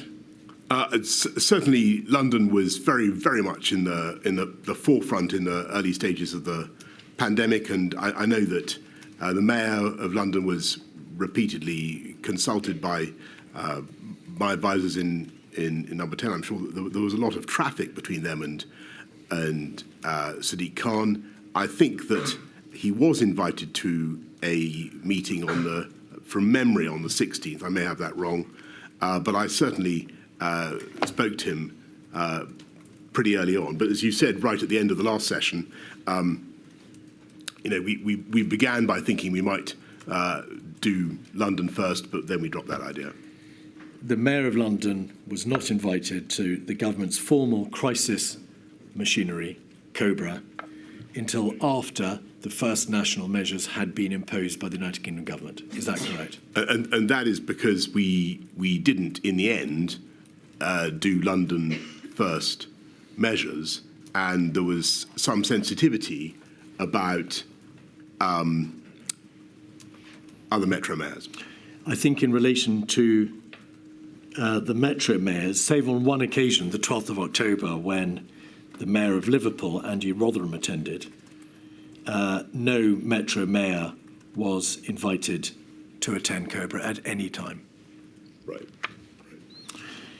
The evidence from Sadiq Khan, from Mr. Burnham and Mr. Rotherham is to the effect that there was generally insufficient information given to local leaders. And in the context, Mr. Johnson, of the local restrictions in the summer of 2020 and, of course, the tier system in October and December of 2020, that was a very significant failing, was it not? Well, first of all, I'm grateful to Mr. Rotherham, to Andy Burnham, to Mr. Khan, all the mayors for the work that they did and the leadership they gave to their own communities. And you talk about Andy Burnham. There were parts of the country that barely came out of measures for the whole of the year. Manchester. Exactly. And they had a very, very tough time. And we did our best to offer support and to engage with them and to help. But some of the negotiations, as I'm sure we'll come to, were extremely difficult. One of Sir Patrick Vallance's entries appears to suggest that in relation to Manchester and Mr. Burnham, a COVID-esque meeting at which you were present openly drew a distinction between the support and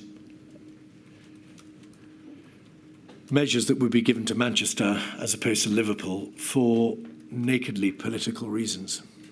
Would you agree? Did that happen? Are you saying that I'm not certain there was a Conservative Mayor of Liverpool? No, it's that a view was taken upon the nature of the local leadership in Manchester, and a view was taken about how cooperative it was being. Oh, I see. And therefore, Manchester would be treated differently to Liverpool. I don't remember that at all. I think that Liverpool certainly was the people who were heroic in trying to get mass testing going, and again there was terrific hardship because of the lockdowns, but they made they were vital to the campaign to get mass testing going. And another separate issue, please, the consideration of vulnerable and at-risk groups. And you'll appreciate, Mr. Johnson, that on account of your position as Prime Minister, many of these issues would only perhaps fleetingly have come to your attention, and of course only at the highest possible level, and therefore there is a distinct restriction on the detail into which we can go in debating them.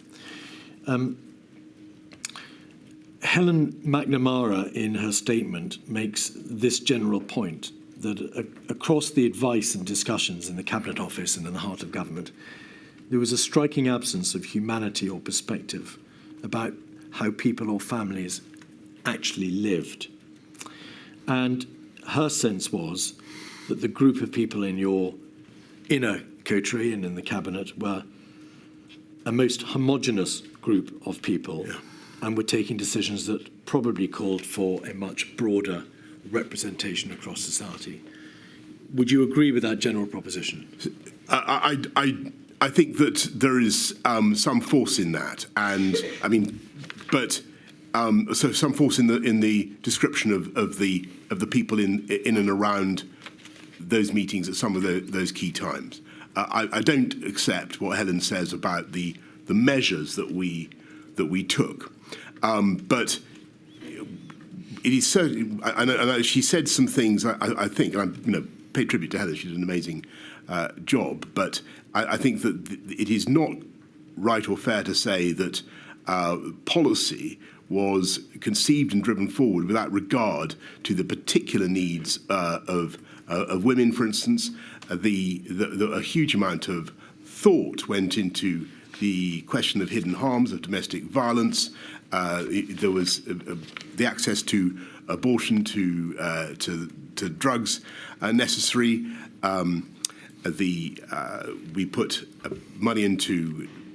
We had a domestic violence bill, as you may remember, in I think March 2020, which goes through the Commons very fast. We put money into ISVAs and IDVAs. We set up a helpline. We have a system whereby victims of domestic violence can identify themselves without risk of exposure by going to certain premises. We were very, very alive, and I was personally very alive to this issue. So I was surprised when she said that, because I know how much she cared about it, and I believe that we did a lot on that. On the broader question about leaving aside the issue of gender, I think there was and this needs flipping the other way around now. I think sometimes we didn't think hard enough about the impact of lockdown on different groups. And sometimes, frankly, it was easy, or much easier, for people with professional jobs to sit out the lockdown than it was for others, whether they're in the hospitality sector or whatever. And a lot of people who were on lower incomes really had a pretty tough time of it. And so, and I think that it was vital to focus on those people and to do everything we could to help them through lockdown, but also to realise that lockdown was hitting those groups particularly hard.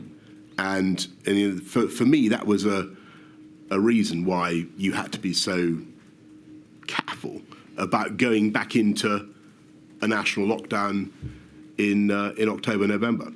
It's necessary to distinguish or between September. The first lockdown and the second one, of course. Yeah. But Milady asked you earlier, to what extent did you consider the economic arguments against lockdown? And you said you had to give them short shrift. May we take it that on account of the speed with which the government had to act in that week of the 16th and 23rd of March, relatively little consideration was given by the government to the impact of lockdown similarly? I think a huge amount of consideration. I think a huge amount of consideration was given by the government to the impact of both lockdowns, and we thought about it extensively. I think that not the general impact, Mr. Johnson, but forgive me. By reference to your earlier answer, the needs of individual sectoral groups, for example, by no means limited to black people or BAME sectors.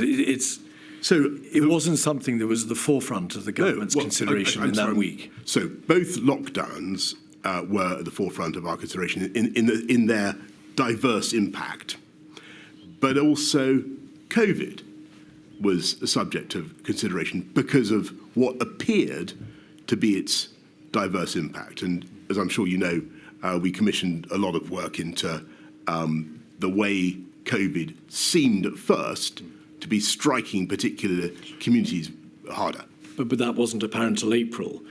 At the 16th and the 23rd of March, there was great consideration given, of course, to shielding and to clinical impact. Yes. But there was relatively little, if any, consideration given to social impact upon the disproportionate way in which a national lockdown might impose itself and might impact upon various sectors in society.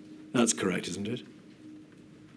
Well, where in the notes and the minutes that you've been shown to is there open debate about the likely impact on the vulnerable and at risk of the national lockdown that was imposed on the 23rd of March? I think that you can find, well, I couldn't point you off the top of my head to any particular text, but what I can tell you is that the whole time we were thinking, who gets hit when you close non-essential retail and you close hospitality and you stop people moving around? The relatively affluent professional classes are probably going to be better placed to cope with this than others, and you will find that there are large numbers of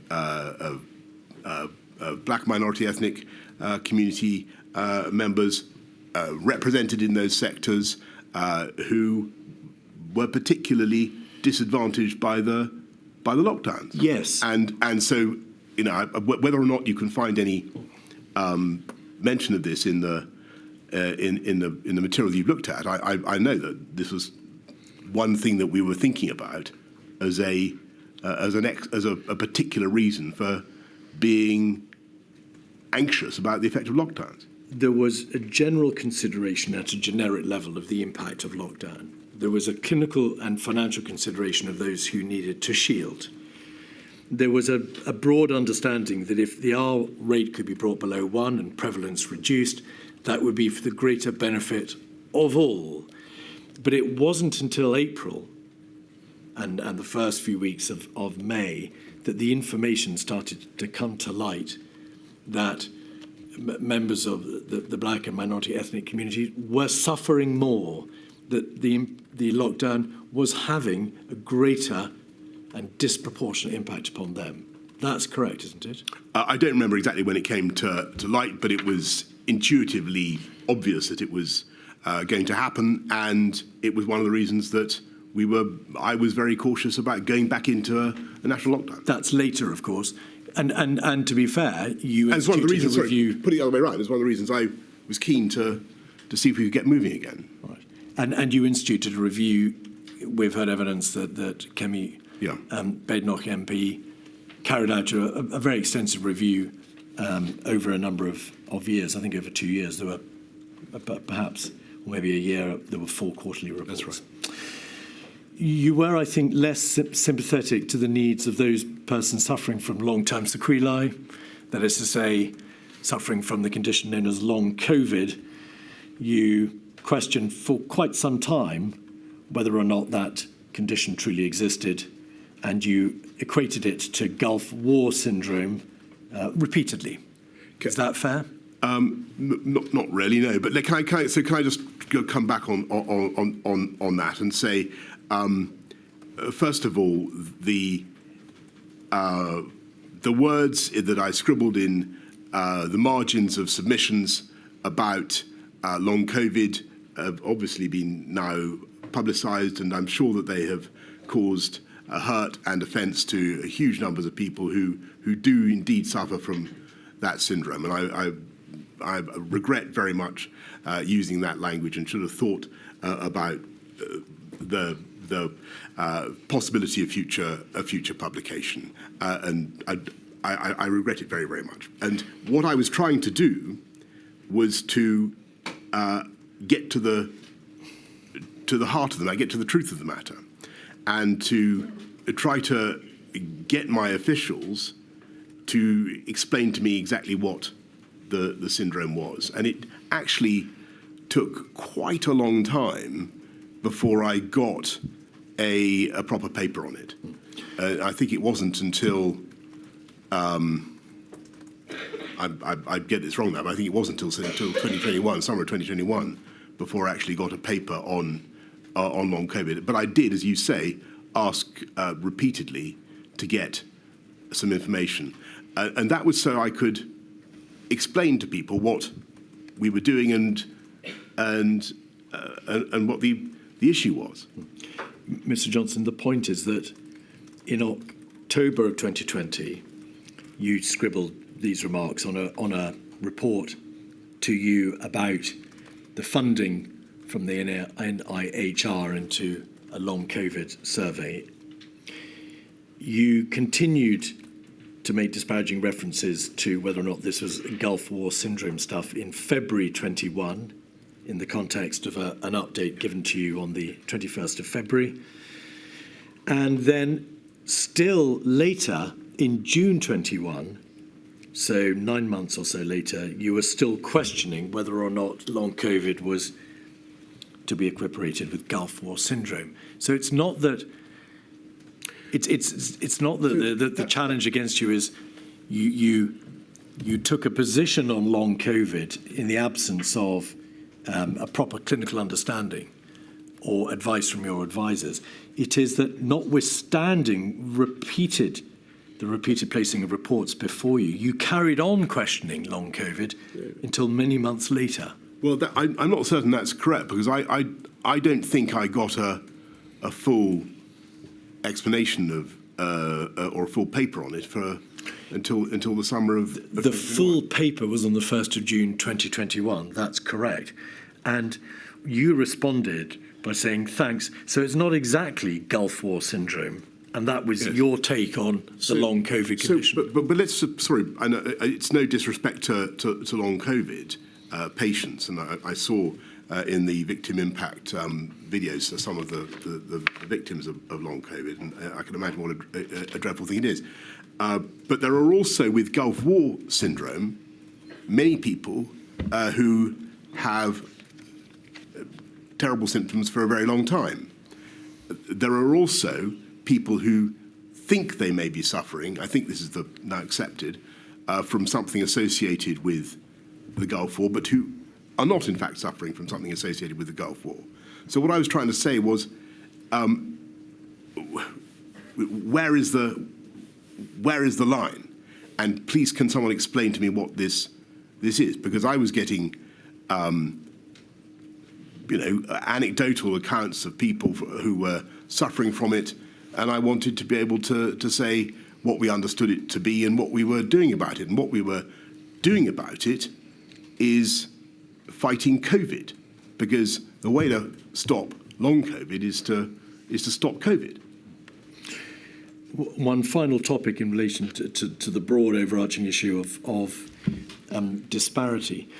You indeed commissioned, as you've said, Mr. Johnson, the report by Kemi Badenoch, who led a significant cross-government exercise on the disproportionate impact of COVID on ethnic minorities, I think following a report from Public Health England in June 2020.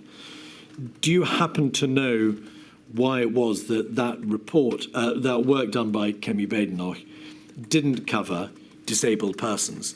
It's a technical question. It's very good. Not clear why it didn't. It's a very good question, Mr. Keith. I will make sure that the inquiry gets an answer, but I can't give it to you off the top of my head. Maybe then now turn back to... And it doesn't mean that the interests of the disabled were not looked at in some other format, and I'm sure they were. Now, returning to the chronology and having, just for the moment, put to one side those overarching but general issues. Mark Sedwill, you said earlier that Mark, now Lord Sedwill, suggested he should move on, and you agreed. Could we have, well, no, I don't think we need to put it up. In his witness statement, Martin Reynolds, your private secretary, talks about the meeting that he'd arranged for you to meet with Mark Sedwill on the 14th of May, and your diary shows a meeting with him on the 14th of May. I identified a slot on the 14th of May for me to run the Prime Minister through the findings of the review. You'll recall that Helen McNamara had produced a report and Mark Sedwill had himself produced a report. The Prime Minister decided instead to use this slot for a one-to-one conversation with Mark Sedwill, where he told him that he had lost confidence in him. So which is it? Is it that you lost confidence in him, which is the question I asked you earlier, or is it that Mark Sedwill told you he wanted to move on and you agreed? Well, Mark Sedwill did an outstanding job for this country for a long time, and he was a very distinguished Permanent Secretary, I think, of the Home Office. He was a National Security Advisor. He's done everything. and I was and remain hugely grateful to his service. He wanted to move on. The evidence from Mr. Cummings and Martin Reynolds and Helen McNamara is that regardless of the genesis of why he moved on or was effectively sacked, whichever way my lady concludes, that regardless, as I say, of that genesis, his departure or his impending departure led to general bad blood, sowed chaos, says Mr. Cummings. Mr. Reynolds says damaged stability in the civil service, and Helen McNamara led to a real and damaging impact. It made those in the civil service and the centre less confident about challenging. No one was safe if the Cabinet Secretary was not, and dealing with the unravelling preoccupied a number of us for critical weeks. Would you agree that the consequences of his contingent departure did have wider ramifications, quite damaging impact, in fact, on the civil service in Number 10 and Cabinet Office? No, I don't think that's the case. I think that there was a fantastic array of talent in the civil service, and they did a very good job. I think that what did matter in that period, and the thing that was getting us all down, was the knowledge, creeping or otherwise, that this thing was coming back, and we needed to deal with it, and it was going to be very hard, and we needed to get organised to do it, and that was, I think, the thing that made people scratchy. Helen McNamara prepared, as you know, a report on the workings of Number 10 and the Cabinet Office, and without going through it in detail, because it's been placed before the inquiry repeatedly, it identified very significant concerns in the working operations of Number 10 and the Cabinet Office, did it not? I saw the... I've seen two versions of this document. Yes, there was a draft and then a final version. So I saw the final version. I think what this document reflected was a civil service unease about the challenging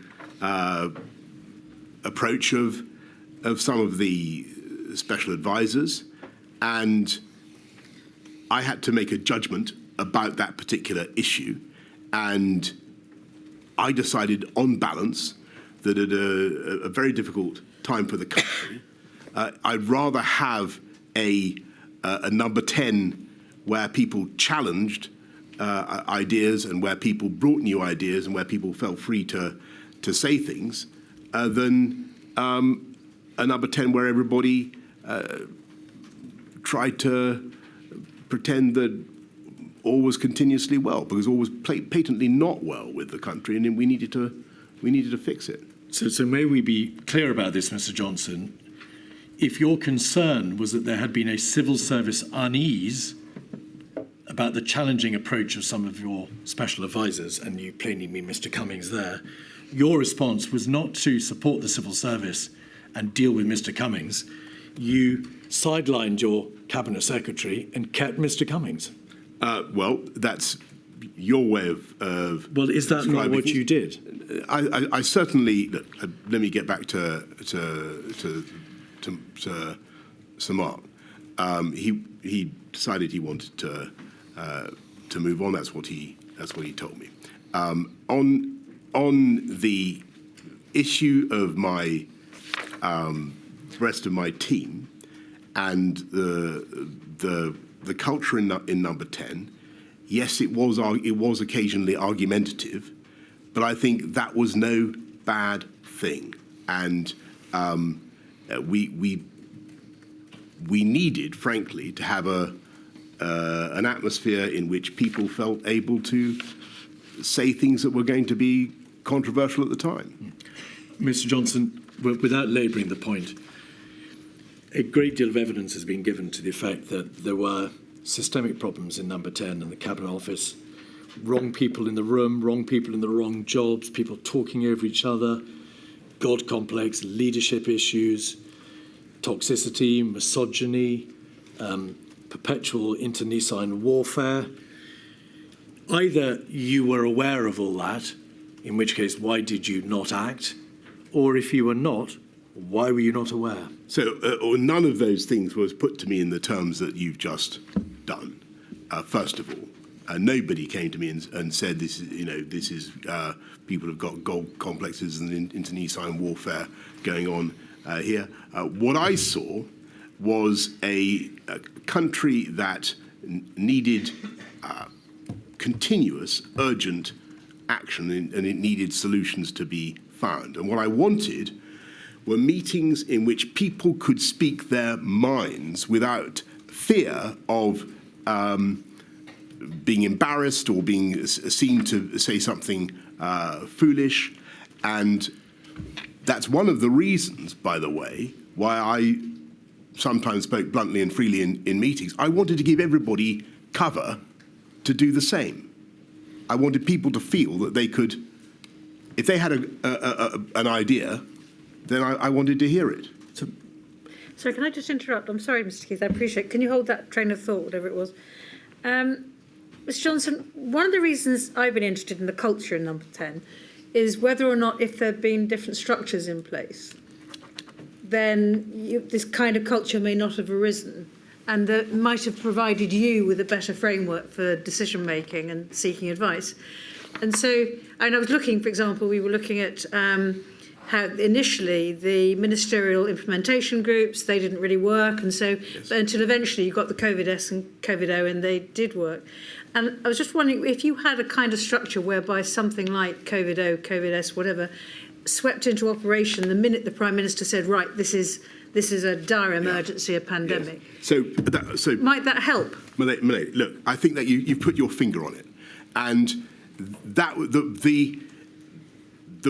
the problem, frankly, was that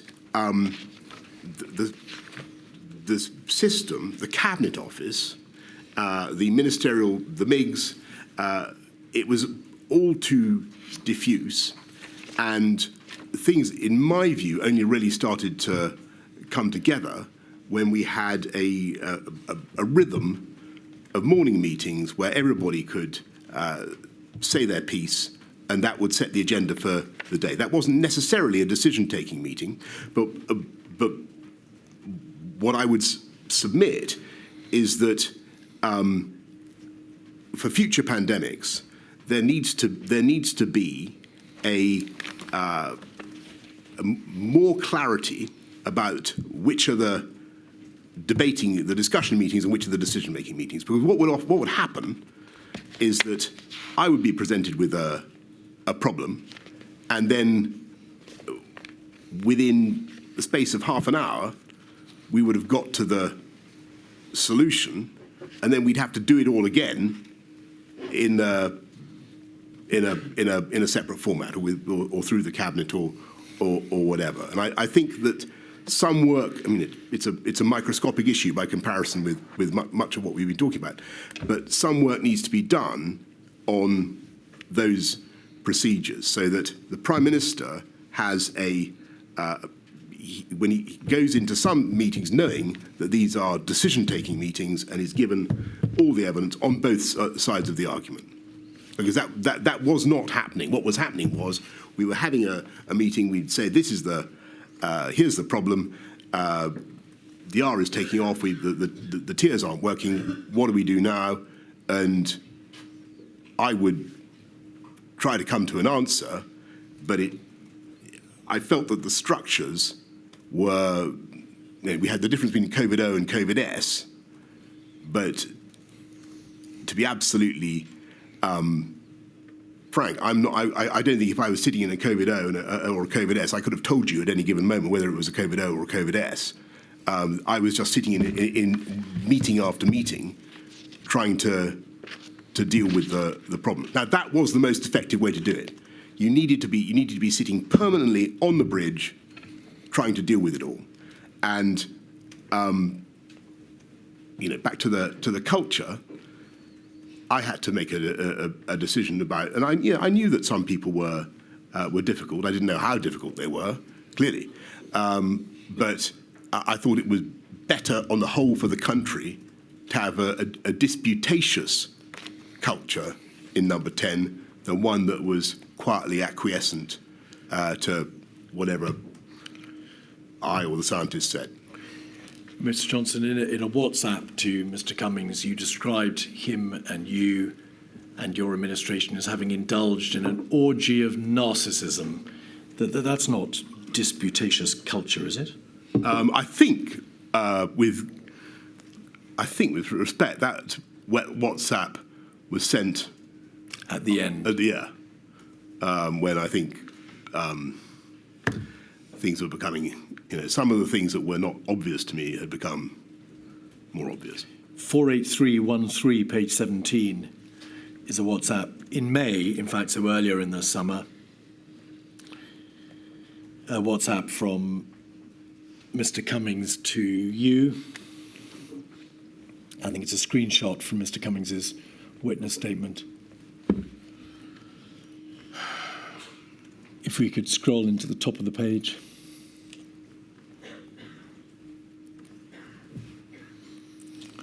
If Hancock texts really coming to meetings number 10, please just ignore. We urgently need to have meetings without him. That's Mr. Cummings. And then this, all too recognisable, we need to rebuild the government from top to bottom. We need to take over the Cabinet Office and run the whole thing. Yeah, this is me on the left, is it? Well, that was my question. The top right is obviously Mr. Cummings, because yes, he's asking you to ignore Mr. Hancock's text, which says perhaps something about the system of government. So this is... No, just wait one moment. Is it Mr. Cummings or you who says we need to rebuild the government from top to bottom, take over the Cabinet Office and run the whole thing? So what I'm getting at here, and what this is a reference. Is this in May? It is the 13th of May. Yeah. So this is a reference to a plan that we hatched to try to have a massive data-driven revolution in government, and to use COVID and this moment when we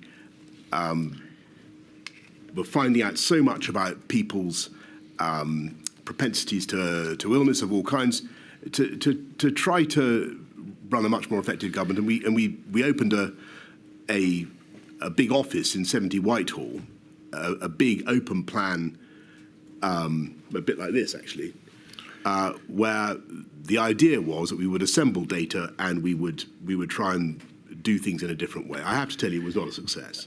Mr. Johnson, it is well known that a new data system was set up, the 10DS system. Yes. It's called 10 Data System or 10 Downing Street, whatever your preference.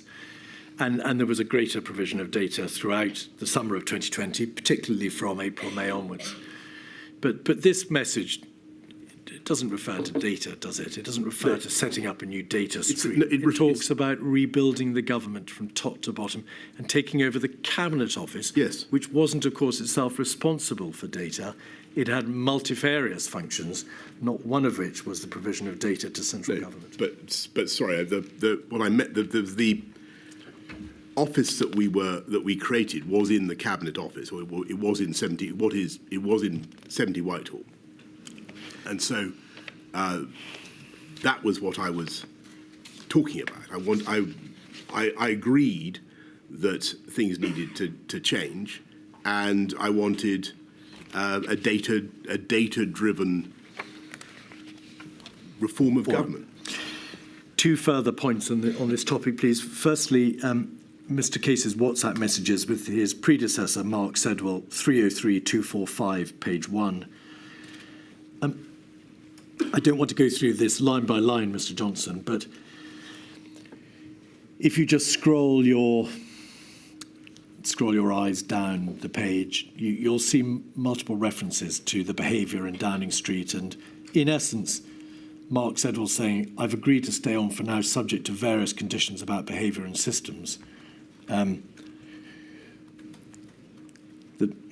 fact that he says, I've agreed to stay on, may say something about his departure. But there are references on this page to not willing to agree to do any job in the version of the centre without guarantees, honest conversations with the Prime Minister about behaviours. I will work for you and the Prime Minister. Sorry, where is this? You'll see that in the middle of the page. Oh, yes. There we go. 1805, 0829. So that passage, I'll not support any version of number 10 that undermines any cabinet secretary, let alone you. I'll do my utmost to support a Prime Minister, but I'm very, very cautious about walking back into this. There is then a reference to the conversation with you about behaviours at 1805, 20, 08, 59. 1547, I don't want to go near these people unless there are guarantees about behaviour. 1805, 20, 22, 50, 32. I'm here from everyone that you've made the Prime Minister see sense, and the only thing that is happening is creation of a COVID job. I'm almost more appalled that the Prime Minister has done all of this, and that's completely put me off my stride. That has done all of this damage when all he really wanted was a point person for COVID. 1805, 20, 22, 29, 46. I hammered the game playing, COVID now, lead the work, fine if it sticks. I'm not sure that's you, saw sense. He just gave in when I made clear how angry I was at the behaviour, and so on and so forth.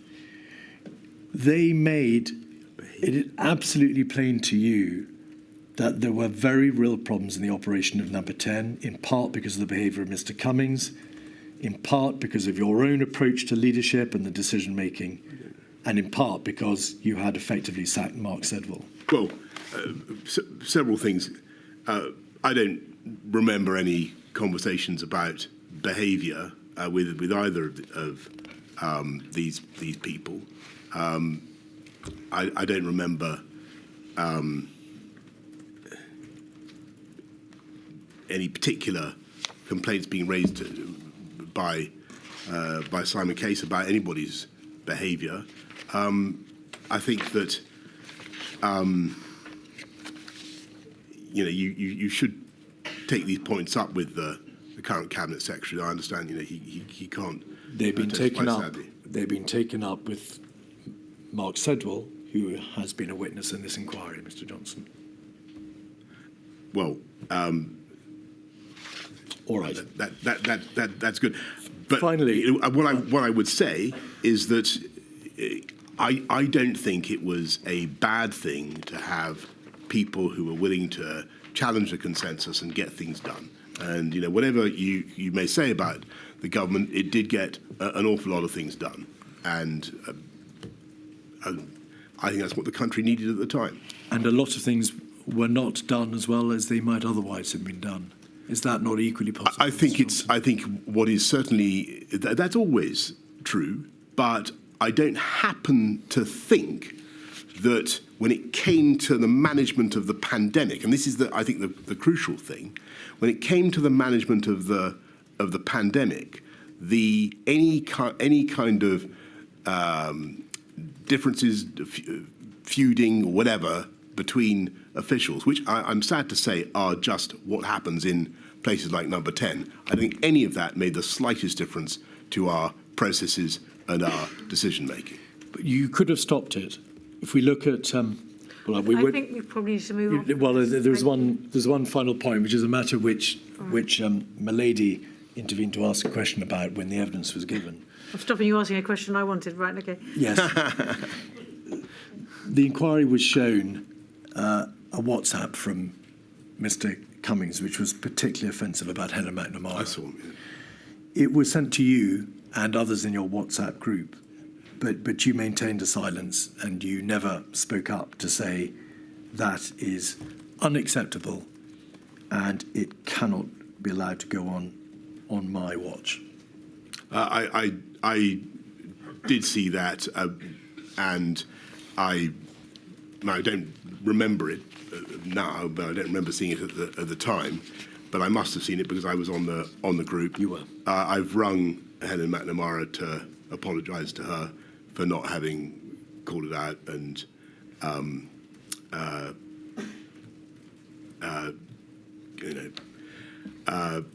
So that, if you've done that, and I've apologised to her. Finally, this afternoon, the DHSC and Mr. Hancock. A considerable amount of evidence has been given to the inquiry that the lead government department model may not have been appropriate for a whole system crisis like COVID. You understand what the lead government department model is. It will plainly function well at the beginning. It may function less well when the whole of government is engaged and perhaps too much pressure is placed on the LGD. It can't accommodate the weight of the whole system response. There is considerable material in Sir Patrick Vallance's diaries and in the witness statement of Mr. Cummings to the effect that there was a high degree of chaos in the DHSC, that there was operational inefficiency. Sir Patrick Vallance talks about this all the way through to May 2021. Were you aware that competent, very senior advisors in your administration held the view that the DHC had been overwhelmed and was operationally inefficient? I was certainly aware that the Department of Health and Matt Hancock were coming under fire. But I want to go back to the high-level point I made earlier about what all this signifies and how the ways in which it should be read and understood. First of all, it's the kind of stuff that would never have previously come out from any administration because it's now on instant social messaging of a kind that previous governments didn't have. This is instant chit chat between people who would normally have said this to each other's face wherever.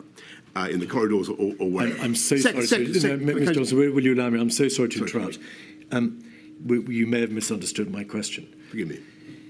The material consists not just of WhatsApps and evening notes, but also witness statements, which talk about a high level of operational inefficiency or chaos, however you in the DHSC. I'm not talking about the more personal or intimate remarks in the WhatsApps. I totally understand. Were you aware that view was taken generally of the DHSC? I was aware, yes, certainly. I was aware that the DHSC was under fire from loads of people. But that was hardly surprising because the country was going through a horrific pandemic. And I just want to say what I should have got more quickly to the point. The point is, you've got a lot of very talented, sometimes super confident, sometimes egotistical people who are crushed with anxiety about what is happening to their country, who are racked secretly with self-doubt and self-criticism, and who externalize that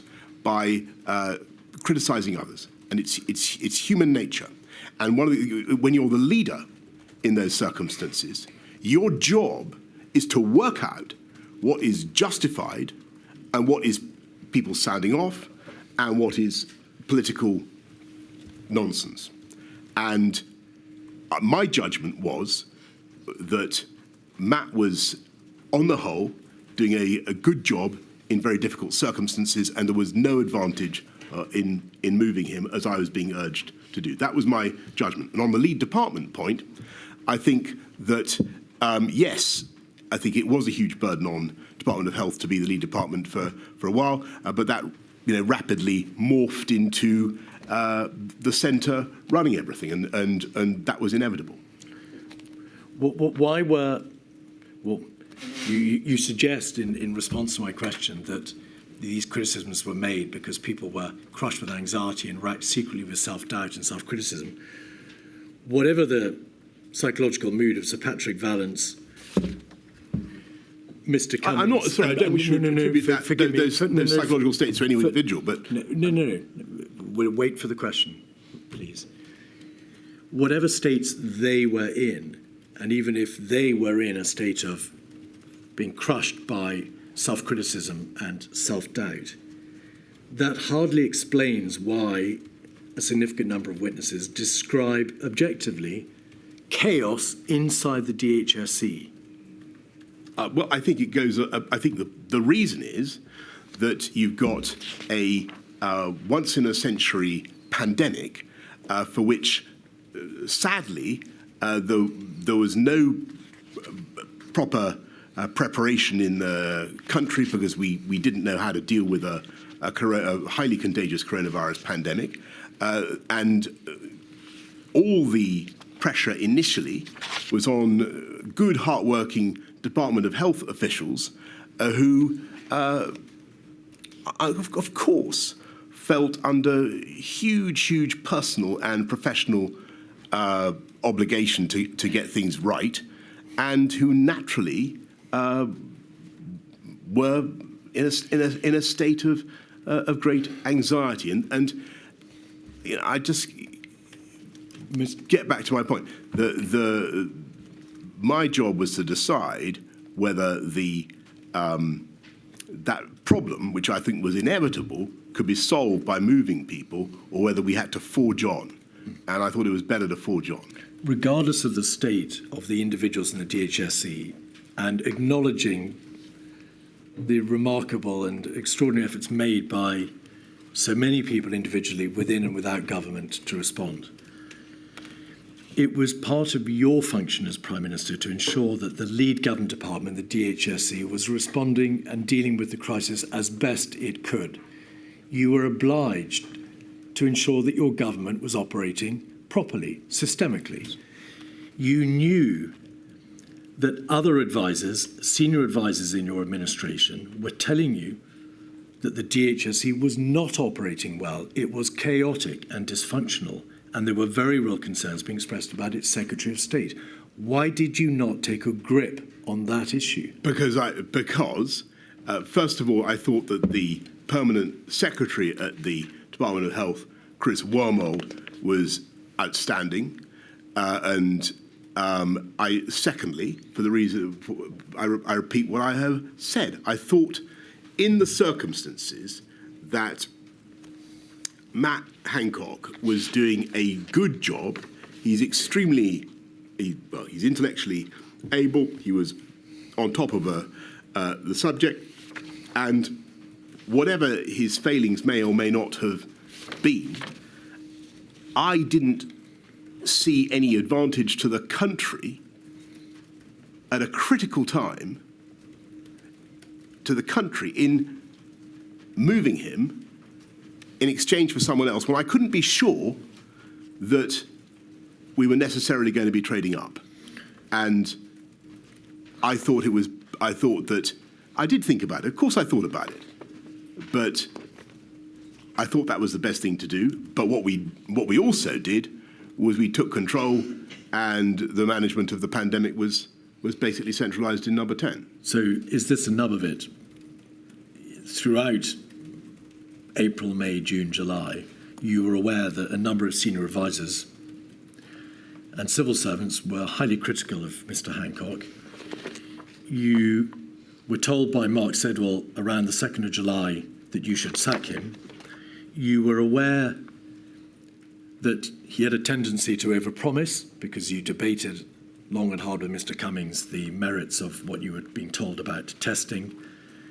And there was a general lack of confidence that what he told you was accurate, but that you stuck by him for good or ill. I didn't stick by him for any reason other than that I thought, on the whole, in incredibly difficult circumstances, he was doing a good job. That it was not obvious to me that the trade, that the moving him would be worth the disruption. And I also thought, which is true, that in any political environment, at some stage, somebody is always telling you to sack somebody. And that is just what I'm afraid what happens in politics. And so I had to aim off. And the last question, please, on this. In his witness statement, Mr. Cummings says, in the summer of 2020, Mr. Johnson refused to replace Mr. Hancock despite repeated requests from me, both cabinet secretaries and many others, and being told repeatedly that leaving him there guaranteed further disasters and deaths in the autumn. His political secretary told me the Prime Minister wanted to keep Mr. Hancock as the sacrifice for the inquiry.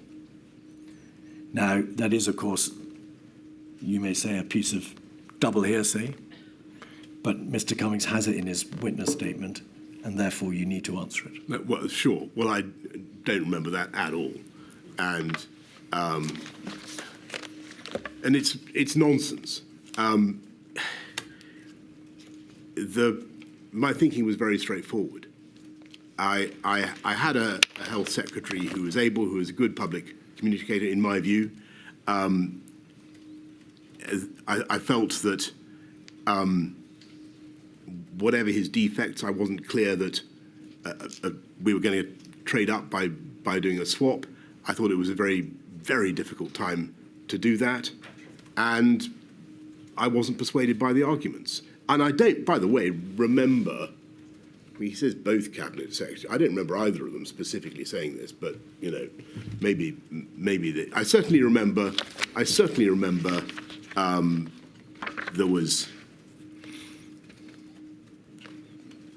There was anti-Department of Health militating. That's for sure. On the 2nd of July, Mark Sedwell WhatsApps Simon Case and says, "I told the Prime Minister to sack Hancock to save lives and protect the NHS." Right. But you don't think he did? Did you ask him about that? Indeed. Right. I mean, I don't remember him saying that in so many words. There we are. Milady, is that a convenient moment? It is. Thank you very much. A very long day for you, Mr. Johnson, I'm afraid. Thank you. Another long day tomorrow, but that will be it. We'll finish tomorrow. Thank you. So 10 o'clock tomorrow, please. Thank you, Milady.